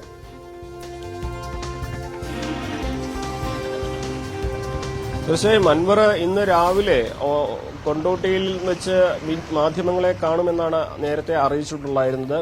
ഈ സ്വർണ്ണക്കടത്തുമായി ബന്ധപ്പെട്ട കുറച്ചുകൂടി കാര്യങ്ങൾ അവിടെ വെച്ച് താൻ പറയും. ഈ ഒരു സ്വർണത്തിന്റെ അപ്രൈസറായിട്ടുള്ള ഉണ്ണി എന്ന വ്യക്തി, അയാൾ അനധികൃതമായി സ്വത്ത് സമ്പാദിച്ചത് അത് മാധ്യമങ്ങൾക്ക് മുമ്പിൽ കാണിച്ചു തരുമെന്നൊക്കെയായിരുന്നു ഇന്നലെ വൈകുന്നേരം അൻവർ പറഞ്ഞിരുന്നത്.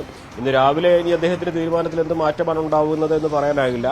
എന്നാണെങ്കിലും ഇതിൽ പാർട്ടിക്ക് താൻ നൽകിയ പരാതി, അതിൽ കൊടുത്ത എല്ലാ വിവരങ്ങളും സഖാക്കൾക്ക് മുമ്പിൽ താൻ അവതരിപ്പിക്കുമെന്ന് അൻവർ ഇന്നലെ വ്യക്തമാക്കിയിരുന്നു. അപ്പോൾ ഇതിൽ എന്തെല്ലാം കാര്യങ്ങൾ പുതിയതായിട്ട് ഇനി അൻവറിന് പറയാനുണ്ട് എന്നുള്ളതാണ് കണ്ടറിയേണ്ടത്. നിലവിൽ തന്നെ പാർട്ടി അൻവർ ഉന്നയിക്കുന്ന ആരോപണങ്ങൾ തള്ളിക്കളഞ്ഞിട്ടുണ്ട്. അൻവറിന്റെ ലക്ഷ്യം വേറെയാണ്, അൻവറിന്റെ പുറകിൽ മറ്റാരൊക്കെയുണ്ട്, ഗൂഢലക്ഷ്യങ്ങളാണ് അൻവർ ഇത്തരം ആക്ഷേപങ്ങൾ ഉന്നയിക്കുന്നതിനുള്ളത്. ഇന്നലെ തന്നെ മലപ്പുറം CPM ജില്ലാ സെക്രട്ടേറിയറ്റും ഇത്തരത്തിൽ ഒരു പ്രസ്താവന പുറപ്പെടുവിച്ചിരുന്നു. അൻവറിന്റെ പ്രവർത്തികൾ ഒരു ജനപ്രതിനിധിക്ക് ചേരുന്നതല്ല, പാർട്ടി നിയന്ത്രണത്തിൽ നിൽക്കുന്ന ആളുകൾക്ക് ചേരുന്നതല്ല, അൻവറിന്റെ പിന്നിൽ മറ്റാരൊക്കെ ഉണ്ട് എന്ന തരത്തിൽ തന്നെയാണ് പാർട്ടിയുടെയും വിലയിരുത്തൽ ഉണ്ടായിട്ടുള്ളത്. സ്വാഭാവികമായിട്ടും വരും മണിക്കൂറുകളിൽ വലിയ വിമർശനങ്ങൾ അൻവറിനെതിരെ പാർട്ടിയിൽ നിന്ന് ഉയരുമെന്ന് ഉറപ്പാണ്. അതേസമയം തന്നെ UDFന്റെ തീരുമാനം എന്തായിരിക്കും, ലീഗ് നേതൃത്വം, കോൺഗ്രസ് നേതൃത്വം, ഇവരൊക്കെ എങ്ങനെ അൻവർ ഉന്നയിച്ച ആരോപണങ്ങളോട്, അൻവറിന്റെ വിമർശനങ്ങളോട് പ്രതികരിക്കുന്നു എന്നുള്ളതും വളരെ പ്രധാനപ്പെട്ടതാണ്. രാഷ്ട്രീയ അന്തരീക്ഷം മാറുന്നുവെന്ന് കഴിഞ്ഞ ദിവസം കുഞ്ഞാലിക്കുട്ടി വ്യക്തമാക്കിയിരുന്നു. അപ്പോൾ ഇനി അൻവർ ഉന്നയിച്ച ആക്ഷേപങ്ങളിൽ എങ്ങനെ ആയിരിക്കും പ്രതിപക്ഷമായിട്ടുള്ള UDF ഇപ്പോൾ ഈ വിഷയത്തിൽ പ്രതികരിക്കുക എന്നുള്ളത് പ്രധാനപ്പെട്ടതാണ്. അൻവറിനെ സ്വീകരിക്കുമോ തള്ളിക്കളയുമോ, അൻവറുള്ള നിലപാട് മയപ്പെടുത്തുമോ? എന്താണെങ്കിലും വരും മണിക്കൂറുകളിൽ ഈ പ്രതികരണങ്ങൾ ഒരുപാട് വരാനുണ്ട്. അതെല്ലാം തന്നെ രാഷ്ട്രീയമായിട്ട് ഏറെ പ്രധാനപ്പെട്ടതാണ്. അൻവർ കൂടുതൽ കാര്യങ്ങൾ മാധ്യമങ്ങൾക്ക് മുന്നിൽ വെളിപ്പെടുത്തുമോ എന്നുള്ളതും നമുക്ക് വരും മണിക്കൂറുകളിൽ അറിയാം.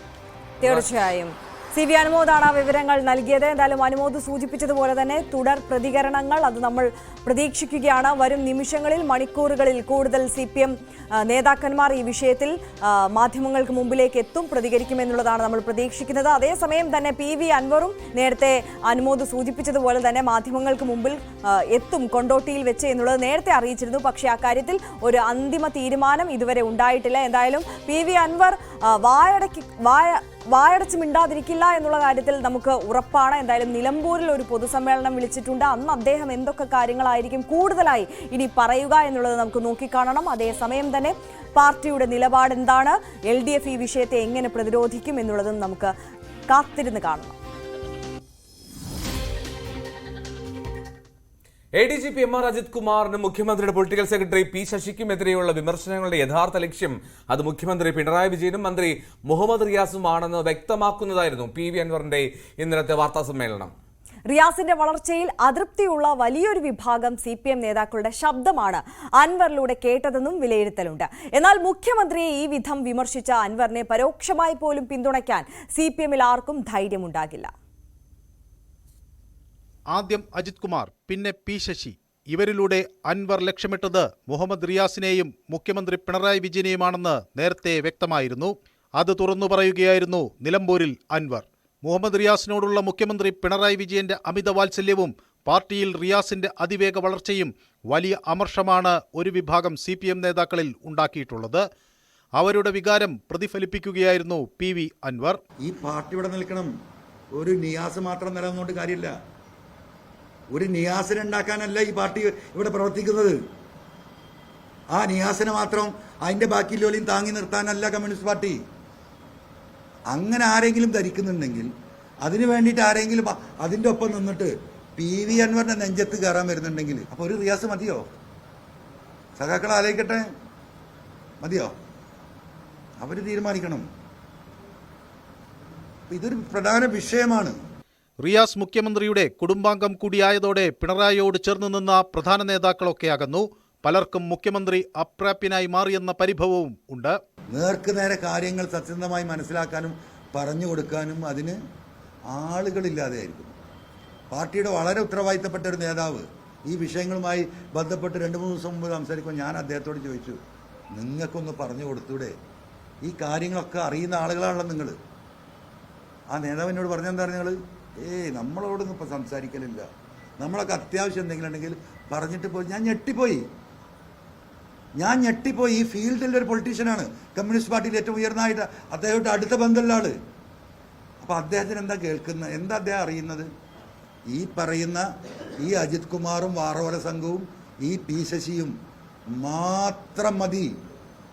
അൻവറിന് ധൈര്യവും പിന്തുണയും നൽകി മുഖ്യമന്ത്രിക്കെതിരെ ഇറക്കിവിട്ടത് CPMലെ ഒരു പ്രബല വിഭാഗമാണെന്ന് പാർട്ടിക്കുള്ളിൽ അടക്കം പറച്ചിലുണ്ട്. റിയാസിനെ മാത്രം വിശ്വസിച്ചുള്ള മുഖ്യമന്ത്രിയുടെ മുന്നോട്ടുപോക്കാണ് ഇവരെ ആശങ്കയിലാക്കിയത്. എന്നാൽ മുഖ്യമന്ത്രി വാർത്താ സമ്മേളനത്തിലൂടെ അൻവറിനെ തള്ളിപ്പറഞ്ഞതോടെ ഇക്കൂട്ടർ മാളത്തിലൊളിച്ചു. ഇപ്പോൾ പാർട്ടിയെയും സർക്കാരിനെയും തള്ളിപ്പറഞ്ഞ അൻവർ പുറത്തേക്ക് പോകുന്നതോടെ CPMലെ പിണറായി വിരുദ്ധ നീക്കങ്ങളുടെ വേഗവും മൂർച്ചയും കുറയും. മനസ്സുകൊണ്ട് അൻവറിനെ പിന്തുണയ്ക്കുന്നവർ പോലും കൂടുതൽ നിശബ്ദരാകും. പിണറായി വിജയനെയും മുഹമ്മദ് റിയാസിനെയും P ശശിയെയും ഒക്കെ വിമർശിച്ചപ്പോഴും MV ഗോവിന്ദൻ ഉൾപ്പെടെയുള്ള നേതാക്കളോടുള്ള അനുഭാവവും അൻവർ മറച്ചുവെച്ചില്ല. CPM പ്രവർത്തകരുടെയും അണികളുടെയും പിന്തുണ നഷ്ടപ്പെടാതിരിക്കാൻ അൻവർ ശ്രദ്ധിക്കുന്നുണ്ട്. ന്യൂസ് 18 തിരുവനന്തപുരം. എന്തായാലും ഇന്നലെ തന്നെ സമൂഹ മാധ്യമങ്ങൾ വഴിയൊക്കെ CPM നേതാക്കന്മാരുടെ പ്രതികരണം ഈ വിഷയത്തിൽ വന്നു കഴിഞ്ഞിരിക്കുകയാണ്. എൽദോ, അൻവറിനെതിരെ MM മണി ഇന്നലെ ഫേസ്ബുക്ക് പോസ്റ്റ് ഇട്ടിരുന്നു. വിമർശിക്കുന്നവർ ആ വഴി പോകും, അതൊന്നും ഞങ്ങളെ ബാധിക്കില്ലെന്നാണ് അദ്ദേഹം ഫേസ്ബുക്ക് പോസ്റ്റിൽ പറഞ്ഞത്. അൻവർ ആരുടെയോ കയ്യിലെ കളിപ്പാവ എന്ന് തിരുവനന്തപുരം ജില്ലാ സെക്രട്ടറി V ജോയി പ്രതികരിച്ചു. വഞ്ചനാപരമായുള്ള നിലപാടാണ് അൻവറിന്റേത്. ആരോപണങ്ങൾ കൽപ്പായുസാണെന്നും V ജോയി MLA പറഞ്ഞു. PV അൻവറിനെ UDF-ലേക്ക് ക്ഷണിക്കുന്നതിൽ കോൺഗ്രസിൽ ഭിന്നത. അൻവറിനെ ഒപ്പം നിർത്തുന്നത് രാഷ്ട്രീയമായി ഗുണം ചെയ്യുമെന്ന് ഒരു വിഭാഗവും അൻവറിന്റെ നീക്കം മനസ്സിലാക്കാതെ UDF-ലേക്ക് ക്ഷണിക്കേണ്ടെന്ന് മറുവിഭാഗവും പറയുന്നു. അൻവറിനെ മുന്നിൽ നിർത്തി പിണറായി വിരുദ്ധർ നടത്തുന്ന നീക്കമാണ് LDF-ൽ നടക്കുന്നതെന്നും UDF യോഗത്തിൽ വിലയിരുത്തലുണ്ടായി.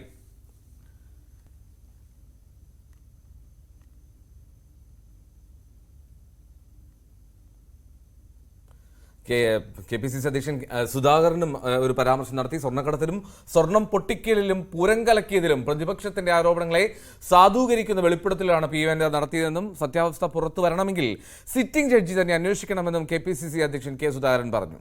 ADGP-ക്കെതിരെ ഇപ്പോൾ നടക്കുന്ന അന്വേഷണങ്ങളെല്ലാം വെറും പ്രഹസനങ്ങൾ മാത്രമാണെന്നും മുഖ്യമന്ത്രി തികഞ്ഞ പരാജയമാണെന്നും പരസ്യമായി സമ്മതിക്കേണ്ട ഗതികേടാണ് ഭരണകക്ഷി MLA-ക്കെന്നും K. സുധാകരൻ പറഞ്ഞു.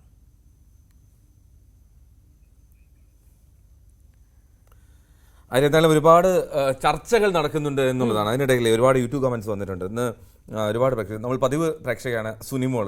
ഗുഡ് മോർണിംഗ് എൽദോ എൻ്റെ ആര്യ പറഞ്ഞിട്ടുണ്ട്. Good morning Sunimol.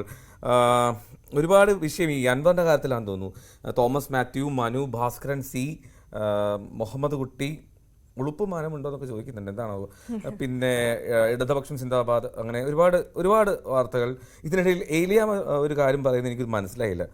അമ്മ മാതാവെ 3 ദിവസത്തിനുള്ളിൽ റബ്ബറിന് വളം ഇടാൻ കുഞ്ഞുമോൻ ചേട്ടനെ തോന്നിപ്പിക്കണമേ. എന്തായാലും ചേച്ചി റബ്ബറിന് വളം ഇടണം കേട്ടോ. കുഞ്ഞുമോൻ ചേട്ടൻ വന്ന് വളം ഇട്ട് തരും. അതാണ് തോന്നുന്നു ഉദ്ദേശിച്ചത്. എന്താണെങ്കിലും നമുക്ക് നോക്കാം. എന്താണെങ്കിലും കേരള അതെന്താ നാടകയാണെന്നൊരു യൂട്യൂബ് പേജാണ്. പിണറായിയുടെ നാട്ടിൽ പിണറായിയോട് അൻവർ മത്സരിച്ചാൽ അൻവർ ആകും ജയിക്കുക, ഒരു സംശയവും വേണ്ട. അങ്ങനെ പല വിധത്തിലുള്ള രാഷ്ട്രീയ കമന്റുകളും ഒക്കെ ഉണ്ട്. അങ്ങനെ അസീസ് സുബൈദ ഗുഡ് മോർണിംഗ് പറയുന്നു. Aziz Subaida good morning. അങ്ങനെ ഒരുപാട് കമന്റുകൾ വരുന്നുണ്ട്. അപ്പോൾ എന്തായാലും നമുക്കെല്ലാം ഇതിലേക്കൊക്കെ വിശദമായി തിരികെ എത്താം ചെറിയൊരു ഇടവേളയിലേക്ക്.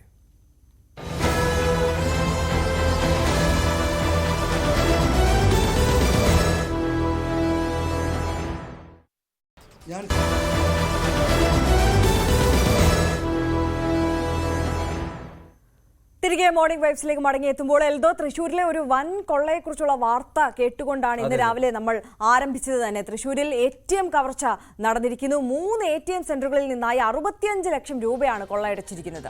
അതിന്റെ CCTV ദൃശ്യങ്ങളൊക്കെ വന്നിട്ടുണ്ട്. എന്നാലും മാപ്രാണം, കോലഴി, ഷൊർണൂർ റോഡ് എന്നിവിടങ്ങളിൽ നിന്നാണ് പണം മോഷ്ടിച്ചത്. വിവരങ്ങളുമായി അല്പസമയത്തിനകം തന്നെ നവമി ദിനേശ് നമുക്കൊപ്പം ചേരും. എന്തായാലും 65 ലക്ഷം രൂപ 3 ATM-കളിൽ നിന്നായാണ് കവർന്നിരിക്കുന്നത് കൊള്ളസംഘം. അതായത് ആര്യ ഒരു കാറിൽ വന്നിറങ്ങി മൊത്തം മുഖം മൂടി നമ്പർ പ്ലേറ്റ് ഒക്കെ മറിച്ചെത്തി 2-3 പേര്, അതിൽ കൂടുതലുണ്ടോ സംശയമുണ്ട്, അങ്ങനെ ഉള്ള ഒരു സംഘമാണ് എത്തിയത് എന്നുള്ളത് വ്യക്തമാണ്. CCTV ദൃശ്യങ്ങൾ നമുക്ക് പ്രേക്ഷകരിലേക്ക് എത്തിക്കാൻ കഴിയുമെന്ന് കരുതുന്നു. ഇപ്പോൾ നവമി ദിനേശ് നമുക്കൊപ്പം ചേരുകയാണ്. നവമി, എങ്ങനെയാണ് വിശദാംശങ്ങൾ? പുലർച്ചെ 3 മണിക്കും 4 മണിക്കും 2 മണിക്കും 4 മണിക്കും ഇടയിലാണ് ഇത്തരത്തിൽ വലിയൊരു കൊള്ള തൃശൂർ നഗരത്തിലെ 3 SBI ATM-കളിലായി നടന്നിരിക്കുന്നത്. ഏകദേശം 60 ലക്ഷത്തിലധികം രൂപ നഷ്ടപ്പെട്ടതായാണ് ഇപ്പോൾ അറിയാൻ സാധിക്കുന്നത്. മാപ്രാണം, കോലഴി, ഷൊർണൂർ റോഡ് എന്നിവിടങ്ങളിലെ ATM-ആണ് ഇപ്പോൾ കൊള്ളയടിച്ചിരിക്കുന്നതെന്നാണ് നമുക്ക് അറിയാൻ സാധിക്കുന്നത്. എന്തായാലും 4 പേരടങ്ങുന്ന സംഘം, മുഖംമൂടി ധരിച്ച സംഘം കാറിലെത്തിയാണ് ഈ കൊള്ള നടത്തിയിരിക്കുന്നത്. ഇതിൽ ഏറ്റവും പ്രധാനപ്പെട്ട കാര്യം, തൃശൂർ മാപ്രാണത്ത് ഏകദേശം 2:30 ഇവർ കൊള്ള നടത്തുന്നു. അതിനുശേഷം ആ സമയത്ത് തന്നെ ATM-ലെ അലേർട്ട് ഇതിന്റെ ഹെഡ്ക്വാർട്ടേഴ്സിലേക്ക് എത്തുന്നു. ഇവർ ഉടൻ തന്നെ പോലീസിനെ വിവരം അറിയിക്കുന്നു. പക്ഷെ പോലീസ് അവിടെ എത്തുന്ന സമയത്ത് തന്നെ ഇവർ ഷൊർണൂർ റോഡിലെ ATM, അതായത് ഏകദേശം 3 മണിക്കും 3:02 ഇടയിലായി അവിടെ കൊള്ളയടിക്കുന്നു. അപ്പോൾ ഉടൻ തന്നെ ആ ATM-ൽ നിന്നുള്ള അലേർട്ടും ഹെഡ്ക്വാർട്ടേഴ്സിൽ എത്തുന്നു. അങ്ങനെ പോലീസ് സംഘം ഓരോ ATM-ലേക്ക് എത്തുമ്പോഴും അടുത്ത ATM-ൽ ഇവർ കൊള്ള നടത്തി രക്ഷപ്പെടുന്ന സാഹചര്യം. എന്തായാലും ഒരു സാധാരണക്കാരല്ല ഈ ഇത്തരത്തിൽ കൊള്ള സംഘം, അല്ലെങ്കിൽ കൃത്യമായി ആസൂത്രണം ചെയ്ത് പ്രൊഫഷണൽ ആയിട്ടുള്ള കൊള്ളക്കാർ തന്നെയാണ് ഇത് നടത്തിയതെന്നാണ് തൃശൂർ സിറ്റി പോലീസ് കമ്മീഷണർ വ്യക്തമാക്കുന്നത്. പോലീസിന്റെ അന്വേഷണം ഇതിനോടകം തന്നെ ഇന്നലെ രാത്രി മുതൽ തന്നെ ഈ ഒരു കാർ, നമുക്കറിയാം CCTV-യിൽ കാണുന്ന കാർ കേന്ദ്രീകരിച്ചും അന്വേഷണം ആരംഭിച്ചു കഴിഞ്ഞു. ഇവർ പാലക്കാട്, കോയമ്പത്തൂർ ഭാഗങ്ങളിലേക്ക് പോകാനാണ് സാധ്യത എന്നാണ് അന്വേഷണ സംഘം പറയുന്നത്. അങ്ങനെയാണെങ്കിൽ അവിടെയുള്ള എല്ലാ പോലീസ് സ്റ്റേഷനുകളിലും അലേർട്ട് നൽകിയിട്ടുണ്ട്. 4 അംഗ സംഘം, മുഖംമൂടി ധരിച്ച 4 അംഗ സംഘം ഈ ATM-കളിലേക്ക് കടക്കുന്നു. അതിനുശേഷം ATM-ലെ CCTV അത് കറുത്ത സ്പ്രേ ഉപയോഗിച്ച് മറച്ചതിന് ശേഷമാണ് ഇവർ ATM മെഷീൻ കുത്തി തുറന്ന് ഇങ്ങനെ മോഷണം നടത്തുന്നത്. ഏകദേശം 65 ലക്ഷത്തോളം രൂപ നഷ്ടമായെന്നാണ് അറിയാൻ കഴിയുന്നത്. അങ്ങനെയാണെങ്കിൽ വലിയൊരു കൊള്ള തന്നെയാണ് ഈ 3 SBI ATMകളിലായി നടന്നിരിക്കുന്നത്. മാപ്രാണം, ഷൊർണൂർ റോഡിലെ ATM, കോലഴി, ഇങ്ങനെ 3 ഇടങ്ങളിലെ ATMകളിലാണ് ഇപ്പോൾ മോഷണം നടന്നിരിക്കുന്നത്. ഏറ്റവും പ്രധാനപ്പെട്ട കാര്യം നമുക്കറിയാം, തൃശ്ശൂരിനെ സംബന്ധിച്ച് ഈ ഷൊർണൂർ റോഡിലെ, അത് മെയിൻ റോഡിലെ, അതായത് നാഷണൽ ഹൈവേയോട് ചേർന്നുള്ള ഒരു ATM ആണ്. നവമി, അതാണ് സംശയം. ഈ 2 മണി മുതൽ 4 മണി വരെയുള്ള സമയം എന്നൊക്കെ പറഞ്ഞാൽ തൃശ്ശൂർ ഈ ഷൊർണൂർ റോഡ് എന്ന് പറഞ്ഞാൽ അത് ആ റൗണ്ടിനോട് ചേർന്ന് അവിടുന്ന് നീങ്ങുന്ന വഴിയാണല്ലോ. അവിടെയൊക്കെ ഇപ്പോഴും ഈ ആൾ സഞ്ചാരമൊക്കെ ഉള്ള സ്ഥലമല്ലേ? അവിടെ എങ്ങനെയാണ് ഈ സമയത്ത് അത്തരത്തിലൊരു കൊള്ള സാധ്യമാവുക? അതാണ് എൽദോ ഏറ്റവും പ്രധാനപ്പെട്ട കാര്യം. പോലീസിന്റെ നിരീക്ഷണം ഉള്ള ഒരു ഇടം കൂടിയാണ്. അല്ലെങ്കിൽ രാത്രി സമയങ്ങളിൽ തൃശ്ശൂർ നഗരത്തിലൂടെ പോലീസ് പട്രോളിംഗ് ഉണ്ടാകുന്ന ഒരു സാഹചര്യമുണ്ട്. പക്ഷേ എങ്കിൽ പോലും എന്തുകൊണ്ടാണ് പോലീസിന് ഇത് കൃത്യമായി അറിയാൻ കഴിയാത്തതെന്നുള്ളൊരു ചോദ്യമാണ് ഉയരുന്നത്.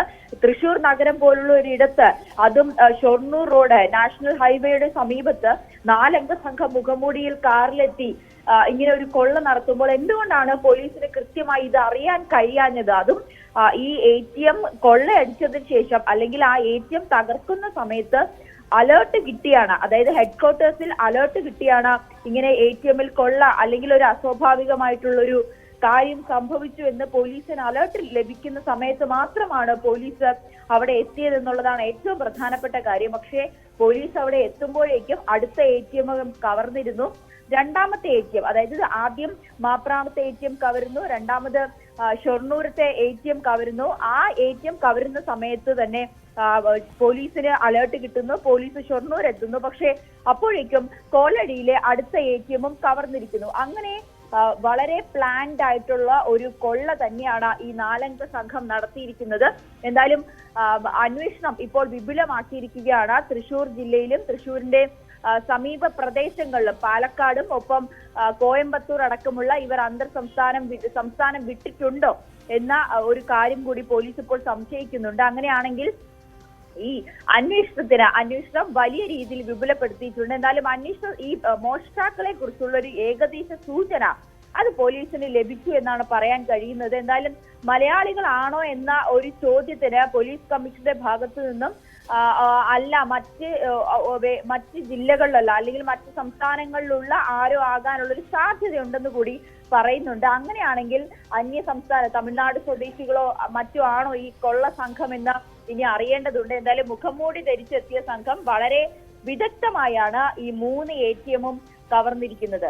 എൽദോ, റൈറ്റ്. എന്തായാലും നവമി, നമുക്ക് വീണ്ടും എത്താം, ഒരു ഇടവേളയിലേക്ക് പോകണം. അതുകൊണ്ടാണ് എന്തായാലും ആര്യ, ഈ ATM കൊള്ളയിൽ അത് ഒരേ ബാങ്കിന്റെ തന്നെ 3 ATMകളാണ്. അത് ഒരുപക്ഷെ അതിലൊരു ഗൂഢാലോചനയുണ്ട്. മറ്റൊന്ന്, ഈ അത്യാവശ്യം കൊള്ളാവുന്നൊരു CSU അല്ലെങ്കിൽ SU ടൈപ്പ് വണ്ടിയിലാണ് വന്നത്. ഇനി ഈ തൃശ്ശൂർ നഗരത്തിലെ 3 ATMകളിൽ ഒന്ന് കവർ ചെയ്യുന്നു, അവിടെ നിന്ന് അലേർട്ട് പോലീസിന് പോകുന്നു, പോലീസ് അവിടെ എത്തുമ്പോൾ അടുത്തിടെ നടക്കുന്നു. ഇങ്ങനെ നടക്കുമ്പോഴും ആ വാഹനം നമ്പർ പ്ലേറ്റ് മറച്ച് പോയിക്കൊണ്ടിരിക്കുകയാണ് ഒരു നഗരത്തിൽ കൂടെ. ഇത് വളരെ എക്സ്പേർട്ട് ആയിട്ടുള്ള ഒരു സംഘം തന്നെ ആയിരിക്കാം ഇതിന് പിന്നിൽ, ഒരു സംശയവുമില്ലാത്ത കാര്യമാണ്. എന്തായാലും മറ്റു വാർത്തകളിലേക്ക് നമുക്ക് മടങ്ങിയെത്താം ഒരു ചെറിയ ഇടവേളയ്ക്ക് ശേഷം.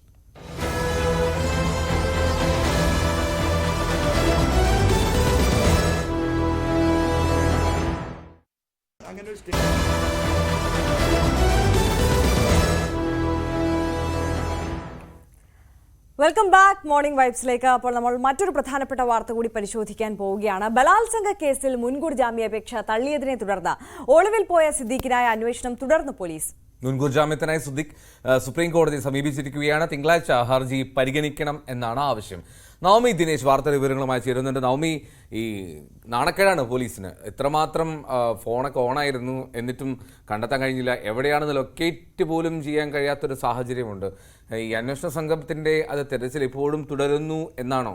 എൽദോ, ഇതിനിടയിൽ മറ്റൊരു വിമർശനം കൂടിയുണ്ട്. അതായത് ഈ അന്വേഷണ സംഘം സുപ്രീം കോടതിയിൽ നിന്ന് സിദ്ദീഖിന് ജാമ്യം കിട്ടുമോ ഇല്ലയോ എന്ന് നോക്കിയിരിക്കുകയാണ്. ഇനി ജാമ്യം കിട്ടുകയാണെങ്കിൽ അറസ്റ്റ് ചെയ്യേണ്ടല്ലോ എന്നുള്ള ഒരു വിമർശനം കൂടി, അങ്ങനെയാണ് അവർ കരുതുന്നത് എന്ന വിമർശനം കൂടിയുണ്ട്. നവമി,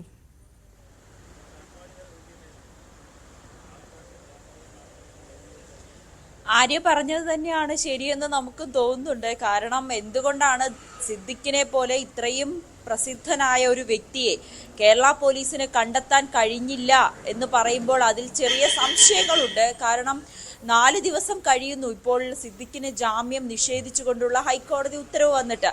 ആ പുലർച്ചെ 3 മണിവരെ സിദ്ദിഖ് സ്വന്തം വീട്ടിലുണ്ടായിരുന്നു. അല്ലെങ്കിൽ ഈ ഹൈക്കോടതി പരിഗണിക്കുന്നത് വരെ എറണാകുളം ജില്ലയില് സമീപ പ്രദേശങ്ങളിലും ഉണ്ടായിരുന്നു. ഈ ഹൈക്കോടതിയുടെ ജാമ്യ ഹർജി തള്ളിയതിന് ശേഷം സിദ്ദിഖിനെ കാണാനില്ല എന്ന് പറയുമ്പോൾ അതിൽ ചെറിയ അസ്വാഭാവികത തോന്നുന്നുണ്ട്. മനഃപൂർവ്വം പോലീസ് സിദ്ദിഖിനെ പിടികൂടാത്തതല്ലേ, ഇരുട്ടിൽ തപ്പുകയല്ലേ എന്നുള്ളൊരു സംശയമാണ് ഇവിടെ ഉയരുന്നത്. എന്തായാലും സിദ്ദിഖിന്റെ ഫോൺ ഇതിനിടയ്ക്ക് മെനിഞ്ഞാന്ന് 11 മണിക്ക് രാവിലെ 11 മണി മുതൽ ഏകദേശം അരമണിക്കൂർ ഓണായിരുന്ന ഒരു സാഹചര്യം ഉണ്ടായി. പക്ഷേ അത് ഏത് റേഞ്ചിലാണെന്ന് പോലും പരിശോധിക്കാൻ അന്വേഷണ സംഘം തയ്യാറായിട്ടില്ല എന്നുള്ളതാണ് യാഥാർത്ഥ്യം. എനിക്ക് തോന്നുന്നു മാധ്യമപ്രവർത്തകർ അന്വേഷിക്കുന്നതിന്റെ അത്ര പോലും പോലീസ് അന്വേഷിക്കുന്നില്ല എന്ന് തന്നെ പറയാം. എന്തായാലും ഇപ്പോൾ സിദ്ദിഖ് ഒളിവിൽ തന്നെ തുടരുകയാണ്. ആര്യ സൂചിപ്പിച്ചതുപോലെ തന്നെ സുപ്രീം കോടതിയിൽ സിദ്ദിഖ് ഇന്നലെ ഒരു മുൻകൂർ ജാമ്യം ഹർജി സമർപ്പിച്ചു നൽകിയിട്ടുണ്ട്. എന്തായാലും തിങ്കളാഴ്ചയെങ്കിലും ഈ ഹർജി പരിഗണിക്കണമെന്നാണ് അഭിഭാഷകൻ ആവശ്യപ്പെട്ടിരിക്കുന്നത്. അങ്ങനെയാണെങ്കിൽ ഇനി 2 ദിവസം കൂടി സിദ്ദിഖിന് ഇങ്ങനെ ഒളിവിൽ തുടരേണ്ടി വരും. അതിനുശേഷം തിങ്കളാഴ്ച ഹർജി പരിഗണിക്കുകയാണെങ്കിൽ അല്ലെങ്കിൽ ഹർജിയുടെ തീരുമാനം എന്താണെന്ന് അറിഞ്ഞതിന് ശേഷമായിരിക്കും അന്വേഷണ സംഘവും SIT ഒക്കെ തുടർ നടപടികൾ സ്വീകരിക്കുക. അന്വേഷണ സംഘവും അത് തന്നെയാണ് ഇനി സുപ്രീം കോടതിയിലേക്ക് സമീപിച്ച സാഹചര്യത്തിൽ അതിന്റെ കൂടി വിധി അറിഞ്ഞതിന് ശേഷം അറസ്റ്റിലേക്ക് കടന്നാൽ മതി എന്നുള്ളൊരു തീരുമാനത്തിൽ തന്നെയാണ് അന്വേഷണ സംഘവും എത്തി നിൽക്കുന്നത്. എന്തായാലും തിരുവനന്തപുരത്തെ മ്യൂസിയം പോലീസ് സംഘം അന്ന് തന്നെ കൊച്ചിയിൽ എത്തിയിട്ടുണ്ട്. അവർ തമ്പടിച്ചിട്ടുണ്ട്. പക്ഷേ SITയുടെ ഒരു നിർദ്ദേശപ്രകാരം ഇവർ തമ്പടിച്ചിട്ടുണ്ട്, വല വിരിച്ചിട്ടുണ്ട്. പക്ഷേ സിദ്ദിഖ് കുടുങ്ങുന്നില്ല എന്നുള്ളതാണ് പ്രശ്നം. എന്തായാലും തമ്പടിക്കലും വലവിരിക്കലൊക്കെ തുടരട്ടെ, സിദ്ദിഖിനെ കണ്ടെത്താൻ കഴിയട്ടെ അല്ലേ? അതെ, തീർച്ചയായും. എന്തായാലും നവമി, എനിക്ക് തോന്നുന്നു നവമി സൂചിപ്പിച്ചതുപോലെ തന്നെ പോലീസ് ഉദ്യോഗസ്ഥരെക്കാൾ കൂടുതൽ മാധ്യമപ്രവർത്തകരാണ് ഇപ്പൊ സിദ്ദിഖിനെ തെരഞ്ഞെടുക്കുന്നത്. നവമി ആ സംഘത്തിലുണ്ട്. റൈറ്റ്. അപ്പോൾ നമ്മൾ ഇനി നേരെ ഫാസ്റ്റ് ന്യൂസിലേക്കാണ് പോകുന്നത്. ഫാസ്റ്റ് ന്യൂസുമായി ഐഷത്തുൽ ഷംനയാണ് ചേരുന്നത്. Shamna, good morning. Good morning. Good morning. എന്താണ് ഫാസ്റ്റ് ന്യൂസിൽ ഈ ഷംന, ഈ ഐഷത്തുൽ ഷംനയുടെ പേര് ഭയങ്കര വെറൈറ്റി ആണ് അല്ലേ? അപ്പോൾ പ്രേക്ഷകർക്ക് ഇങ്ങനെ പരിചയപ്പെട്ട് വരുന്നുണ്ട്. ഐഷത്തുൽ ഷംന എന്ന് അക്ഷരസ്ഫുടതയോടി തെറ്റാതെ പറയാൻ കഴിയട്ടെ. ഷംന, ഫാസ്റ്റ് ന്യൂസിലേക്ക്.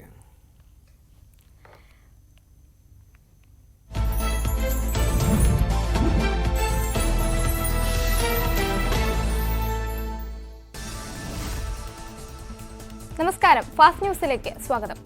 മുഖ്യമന്ത്രിക്കെതിരായ PV അൻവറിന്റെ ആരോപണങ്ങളെ പ്രതിരോധിക്കാൻ CPM. അൻവർ ഉന്നയിച്ച ആരോപണങ്ങളിൽ പാർട്ടി കടുത്ത പ്രതിസന്ധിയിലാണ്. ആരോപണങ്ങളിൽ CPM സംസ്ഥാന സെക്രട്ടറി MV ഗോവിന്ദൻ വിശദീകരണം നൽകിയേക്കും. PV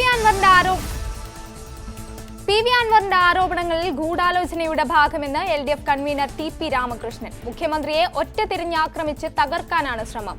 CPM നേതൃത്വത്തിനെ തകർക്കാൻ ശ്രമിക്കുന്നു. PV അൻവറിന്റെ ആരോപണങ്ങൾ സതുദ്ദേശത്തോടെ അല്ലെന്നും ഇക്കാര്യങ്ങൾ ജനങ്ങളോട് പാർട്ടി വിശദീകരിക്കുമെന്നും LDF കൺവീനർ. PV അൻവർ MLAയുടെ ആരോപണങ്ങൾക്ക് മറുപടിയുമായി കൂടുതൽ നേതാക്കൾ. അൻവർ പിച്ചും പേയും പറയുന്നു. ഇതുപോലുള്ള അവതാരങ്ങൾ നേരത്തെ ഉണ്ടായിട്ടുണ്ടെന്നും കോഴിക്കോട് ജില്ലാ സെക്രട്ടറി P മോഹനൻ പറഞ്ഞു. അൻവർ ആരുടെയോ കയ്യിലെ കളിപ്പാവയെന്ന് തിരുവനന്തപുരം CPM ജില്ലാ സെക്രട്ടറി V ജോയ്. അൻവറിന്റേത് വഞ്ചനാപരമായ നിലപാടാണ്. ആരോപണങ്ങൾക്ക് അല്പായുസാണെന്നും V ജോയ് MLA പറഞ്ഞു. അൻവറിനെതിരെ MM മണി. വിമർശിക്കുന്നവർ ആ വഴി പോകും. അതൊന്നും തങ്ങളെ ബാധിക്കില്ലെന്നും MM മണി പറഞ്ഞു. മുഖ്യമന്ത്രിക്കെതിരെ ആഞ്ഞടിച്ചതിന് പിന്നാലെ PV അൻവറിന്റെ വീടിന് മുന്നിൽ CPM ഫ്ലെക്സ് ബോർഡ്. വിരട്ടലും വിലപേശലും ഇങ്ങോട്ട് വേണ്ട, ഇത് പാർട്ടി വേറെയാണെന്നാണ് ബോർഡിൽ. CPM ഒതായി ബ്രാഞ്ചിന്റെ പേരിലാണ് ഫ്ലെക്സ്. മലപ്പുറം തുവ്വൂരിൽ PV അൻവർ MLAക്ക് അഭിവാദ്യങ്ങൾ അർപ്പിച്ച് ഫ്ലെക്സ് ബോർഡ് സ്ഥാപിച്ചു. Leader Shri K Karunakaran foundation state കമ്മിറ്റിയുടെ പേരിലാണ് ഫ്ലെക്സ് ബോർഡ്. PV അൻവറിനെ UDFിലേക്ക് ക്ഷണിക്കുന്നതിൽ കോൺഗ്രസിൽ ഭിന്നത. അൻവറിനെ ഒപ്പം നിർത്തുന്നത് രാഷ്ട്രീയമായി ഗുണം ചെയ്യുമെന്ന ഒരു വിഭാഗവും അൻവറിന്റെ നീക്കം മനസ്സിലാവാതെ UDFിലേക്ക് ക്ഷണിക്കേണ്ടെന്ന് മറുവിഭാഗവും പറയുന്നു. അൻവറിനെ മുന്നിൽ നിർത്തി പിണറായി വിരുദ്ധർ നടത്തുന്ന നീക്കമാണ് LDFിൽ നടക്കുന്നതെന്നും UDF യോഗത്തിൽ വിലയിരുത്തൽ. അൻവറിന്റെ ആരോപണങ്ങൾ സിറ്റിംഗ് ജഡ്ജി തന്നെ അന്വേഷിക്കണമെന്ന് KPCC പ്രസിഡന്റ് K. സുധാകരൻ. സ്വർണ്ണക്കടത്തിലും സ്വർണ്ണ പൊട്ടിക്കലിലും പൂരം കലക്കിയതിലും പ്രതിപക്ഷത്തിന്റെ ആരോപണങ്ങളെ സാധൂകരിക്കുന്ന വെളിപ്പെടുത്തലുകളാണ് PV അൻവർ നടത്തിയത്. ADGPക്കെതിരെ ഇപ്പോൾ നടക്കുന്ന അന്വേഷണങ്ങളെല്ലാം വെറും പ്രഹസനം മാത്രമാണെന്നും K. സുധാകരൻ പറഞ്ഞു. തൃശൂരിൽ വൻ ATM കവർച്ച. 3 ATMകളിൽ നിന്നായി 65 ലക്ഷം രൂപ കൊള്ളയടിച്ചു. മാപ്രാണം, കോഴലി, ഷൊർണൂർ റോഡ് എന്നിവിടങ്ങളിലാണ് കവർച്ച. മുഖംമൂടി ധരിച്ചെത്തിയ 4-അംഗ സംഘം ഗ്യാസ് കട്ടറുകൾ ഉപയോഗിച്ചാണ് മോഷണം നടത്തിയത്. ഇന്ന് പുലർച്ചെ 3-നും 4-നും ഇടയിലാണ് മോഷണം. ജന്മനാടായ കണ്ണാടിക്കലിലേക്ക് മടങ്ങാനൊരുങ്ങി അർജുൻ. DNA പരിശോധനാ ഫലം ഉച്ചയോടെ ലഭിച്ചേക്കും. കർണാടക സർക്കാരിന്റെ പൂർണ്ണ ചെലവിലായിരിക്കും മൃതദേഹം നാട്ടിലെത്തിക്കുക. SP ഉൾപ്പെടെയുള്ള പോലീസ് സംഘം ആംബുലൻസിനെ അനുഗമിക്കും. ആംബുലൻസിന് വഴിയൊരുക്കാൻ വിവിധയിടങ്ങളിൽ സന്നദ്ധ സംഘടനാ പ്രവർത്തകരും നാട്ടുകാരും ഉണ്ടാകും. നാളെ രാവിലെയോടെ മൃതദേഹം വീട്ടിലെത്തിക്കാനാണ് ശ്രമം. 70ാമത് നെഹ്റു ട്രോഫി ജലമേള നാളെ പുന്നമടക്കായലിൽ നടക്കും. 9 വിഭാഗങ്ങളിലായി 74 വള്ളങ്ങളാണ് ജലമേളയിൽ ഇത്തവണ മത്സരിക്കുക. ക്രമീകരണങ്ങൾ പൂർത്തിയായതായി ജില്ലാ ഭരണകൂടം അറിയിച്ചു. ഹേമ കമ്മിറ്റി റിപ്പോർട്ടിന്റെ പശ്ചാത്തലത്തിൽ കേരളത്തിലെത്തിയ ദേശീയ വനിതാ കമ്മീഷൻ അംഗം ദലീനയുമായി സംസ്ഥാന വനിതാ കമ്മീഷൻ അധ്യക്ഷ P. സതീദേവി കൂടിക്കാഴ്ച നടത്തി. WCCയുമായി സംസാരിക്കാനുള്ള താൽപര്യം ദേശീയ വനിതാ കമ്മീഷൻ അറിയിച്ചിട്ടുണ്ടെന്ന് സതീദേവി പറഞ്ഞു. 3 ദിവസം തലസ്ഥാനത്ത് തുടരുന്ന കമ്മീഷൻ അംഗം ഹേമ കമ്മിറ്റി റിപ്പോർട്ടിൽ മൊഴി നൽകിയ സിനിമാ പ്രവർത്തകരുമായി കൂടിക്കാഴ്ചയ്ക്ക് ശ്രമിക്കുന്നുണ്ട്. കൂടുതൽ ദേശീയ വാർത്തകൾ. കൊൽക്കത്തയിൽ യുവ ഡോക്ടറുടെ കൊലപാതക കേസിൽ പോലീസിനെ കുറ്റപ്പെടുത്തി CBI. കേസുമായി ബന്ധപ്പെട്ട് താല പോലീസ് സ്റ്റേഷനിൽ വ്യാജ റെക്കോർഡുകൾ ഉണ്ടാക്കിയെന്ന് CBI പ്രാദേശിക കോടതിയിൽ പറഞ്ഞു. ഇത് തെളിയിക്കുന്ന CCTV ദൃശ്യങ്ങൾ ഫോറൻസിക് ലാബിൽ അയച്ചിട്ടുണ്ടെന്നും CBI. ബംഗളൂരിൽ യുവതിയെ കൊന്ന് കഷ്ണങ്ങളാക്കി ഫ്രിഡ്ജിൽ സൂക്ഷിച്ച സംഭവത്തിൽ ജീവനൊടുക്കിയ പ്രതി മുക്തിരഞ്ജൻ റായുടെ ഡയറി കണ്ടെത്തി. കൊല്ലപ്പെട്ട മഹാലക്ഷ്മിയുടെ ശരീരം 59 കഷ്ണങ്ങളാക്കി മുറിച്ചെന്നും ഫ്രിഡ്ജിൽ സൂക്ഷിച്ചിട്ടുണ്ടെന്നും ഡയറിയിലുണ്ട്. കൊലപാതകത്തെ പറ്റി സഹോദരനോട് പറഞ്ഞതായും പ്രതി. മഹാലക്ഷ്മിയും പ്രതിയും തമ്മിൽ പ്രണയത്തിലായിരുന്നെന്നും വിവാഹം കഴിക്കണമെന്ന് യുവതി പ്രതിയോട് നിരന്തരം ആവശ്യപ്പെട്ടതിന്റെ പ്രകോപനത്തിലായിരുന്നു കൊലപാതകമെന്നും പോലീസ് പറയുന്നു. ഇസ്രായേൽ കരയുദ്ധത്തിന് തയ്യാറാകുന്നു. ആശങ്കയിൽ ലബനൻ ജനത. 3 ദിവസമായി ഇസ്രായേൽ നടത്തുന്ന വ്യോമാക്രമണത്തിൽ മരണം 800 പിന്നിട്ടു. അതിർത്തി കടന്നുള്ള ആക്രമണത്തിന് കൂടി തയ്യാറാകണമെന്ന് സൈനികരോട് ഇസ്രായേൽ സൈനിക മേധാവി ഹെൻസി ഹാലേവി ആവശ്യപ്പെട്ടു. ലബനൻ സംഘർഷം രൂക്ഷമാകുന്ന പശ്ചാത്തലത്തിൽ ഇന്ത്യക്കാർക്ക് ജാഗ്രതാ നിർദ്ദേശം നൽകിയിട്ടുണ്ട്.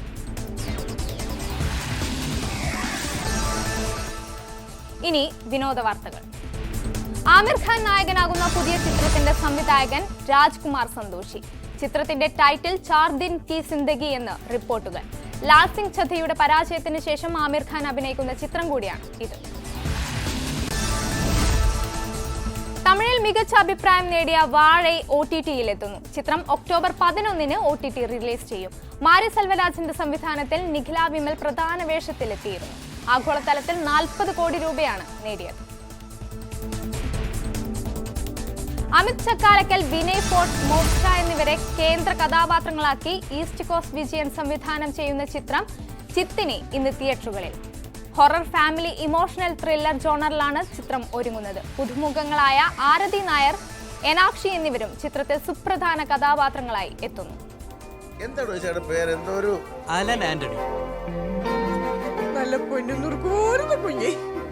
അപ്പോ സ്ഥലപ്പേര് മറക്കണ്ട, നൂൽപ്പുഴ, പാതിരിവനം.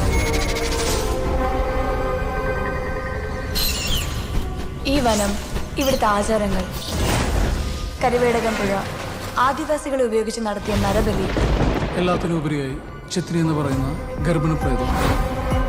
ചിത്തിനി, ഇന്നലെ ആ പേരാരോ പറഞ്ഞു കേട്ടല്ലോ. അമൽ കെ ജോബിയുടെ സംവിധാനത്തിൽ ദിലീഷ് പോത്തൻ, ബിബിൻ ജോർജ് എന്നിവർ പ്രധാന വേഷത്തിലെത്തുന്ന ഗുമസ്തൻ ഇന്ന് റിലീസിനെത്തുന്നു. മിസ്റ്ററി സസ്പെൻസ് ത്രില്ലർ ജോണറിലാണ് ചിത്രം ഒരുങ്ങുന്നത്. മുസാഫിർ അബ്ദുള്ള നിർമ്മിക്കുന്ന ചിത്രത്തിൽ റിയാസ് ഇസ്മത്ത് തിരക്കഥ ഒരുക്കുന്നു. പ്രഭുദേവ നായകനായി എത്തുന്ന ചിത്രമായ പേട്ടറാപ്പ് ഇന്ന് തിയേറ്ററുകളിൽ എത്തും. പ്രഭുദേവയ്ക്കൊപ്പം വേദികയും സണ്ണി ലിയോണും പ്രധാന വേഷത്തിലെത്തുന്നു. SJC സംവിധാനം ചെയ്യുന്ന ചിത്രം ജോബി പി സാം നിർമ്മിക്കുന്നു. ഡി ഇമ്മാൻ ചിത്രത്തിന്റെ സംഗീതം നിർവഹിക്കുന്നു. ഇനി കായിക വാർത്തകൾ.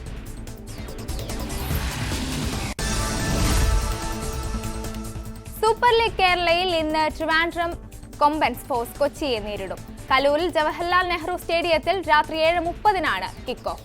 ലീഗിൽ ഇതുവരെ തോൽവി അറിയാതെയാണ് കൊമ്പൻസ് കൊച്ചിയുടെ തട്ടകത്തിൽ എത്തുന്നത്.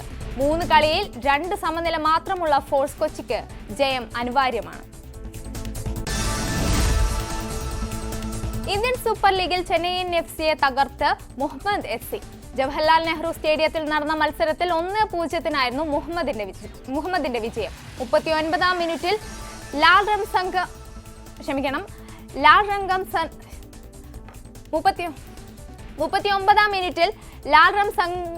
സംഭരനായി നേടിയ ഗോളാണ് നിർണായകമായത്.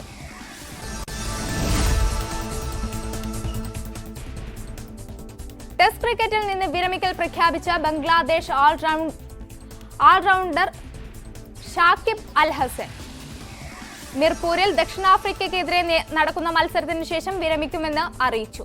70 ടെസ്റ്റ് മത്സരങ്ങളിൽ കളിച്ച ഷാക്കിബ് 5 സെഞ്ചുറികളും 31 അർദ്ധ സെഞ്ചുറികളും സഹിതം 4600 റൺസ് നേടിയിട്ടുണ്ട്.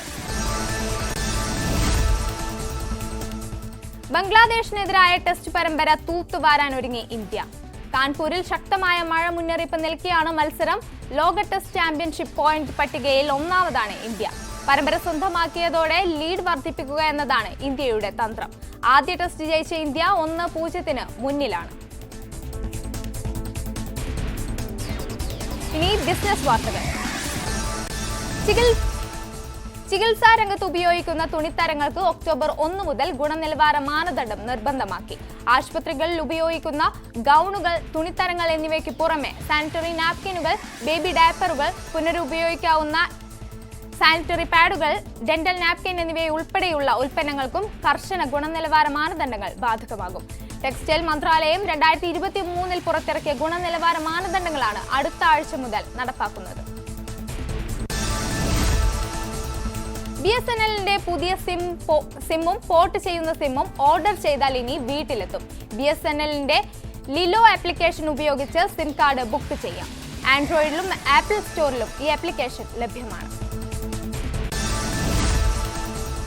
സമീപകാലത്ത് വലിയ പ്രതിസന്ധി നേരിട്ട പ്രമുഖ എഡ്യൂടെക് പ്ലാറ്റ്ഫോമായ ബൈജൂസിന് സുപ്രീം കോടതിയിൽ നിന്നും വിമർശനം. നിരവധി കടബാധ്യതകളുള്ള കമ്പനി എന്തുകൊണ്ടാണ് BCCIയുടെ കടം മാത്രമായി വീട്ടിയതെന്ന് സുപ്രീം കോടതി ആരാഞ്ഞു.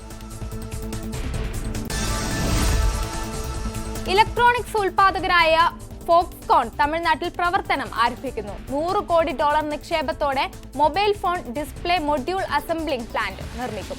ഇതിനായി ചെന്നൈക്ക് അടുത്ത് 5 ലക്ഷം ചതുരശ്ര അടി സ്ഥലം ഏറ്റെടുത്തതായി റിപ്പോർട്ട്.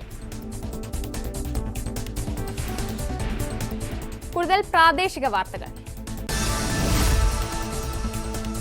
തിരുവനന്തപുരം പാറശാല ബ്ലോക്ക് പഞ്ചായത്ത് ഭരണസമിതിയുടെ നേതൃത്വത്തിൽ സ്ഥാപിച്ച ബോട്ടിൽ ബൂത്തുകളിൽ വ്യാപക അഴിമതിയെന്ന് ആരോപണം. പദ്ധതിയിൽ പ്രതിഷേധവുമായി യുവജന സംഘടനകൾ രംഗത്തെത്തി. യാത്രാ ദുരിതത്തിലായി കോഴിക്കോട് കാരശ്ശേരി പഞ്ചായത്ത് നിവാസികൾ. റോഡിൽ വലിയ ഗർത്തങ്ങൾ രൂപപ്പെട്ടതോടെയാണ് പ്രതിസന്ധി. മാസങ്ങൾ പിന്നിട്ടിട്ടും കുഴികളടക്കാൻ അധികൃതർ നടപടി സ്വീകരിക്കില്ലെന്നാണ് ആരോപണം. തിരുവനന്തപുരം ആറ്റിങ്ങൽ ടൗണിലെ സർക്കാർ ഓഫീസുകളുടെ മതിലുകളിൽ പതിച്ചിരുന്ന പോസ്റ്ററുകൾ നീക്കി വിദ്യാർത്ഥികൾ. നഗരസഭയും നഗരത്തിലെ വിവിധ വിദ്യാഭ്യാസ സ്ഥാപനങ്ങളിലെ NSS യൂണിറ്റുകളും ചേർന്നാണ് സൗന്ദര്യവൽക്കരണം.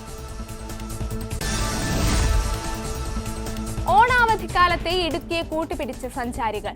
കഴിഞ്ഞ വർഷം ഓണാവധിക്ക് എത്തിയതിനേക്കാൾ കൂടുതൽ സഞ്ചാരികൾ ഇത്തവണ ജില്ലയിലേക്ക് എത്തി. 1.5 ലക്ഷത്തിലേറെ പേർ സഞ്ചരിച്ചു എന്നാണ് കണക്ക്. ഫാസ്റ്റ് ന്യൂസ് പൂർണ്ണമാകുന്നു. നമസ്കാരം.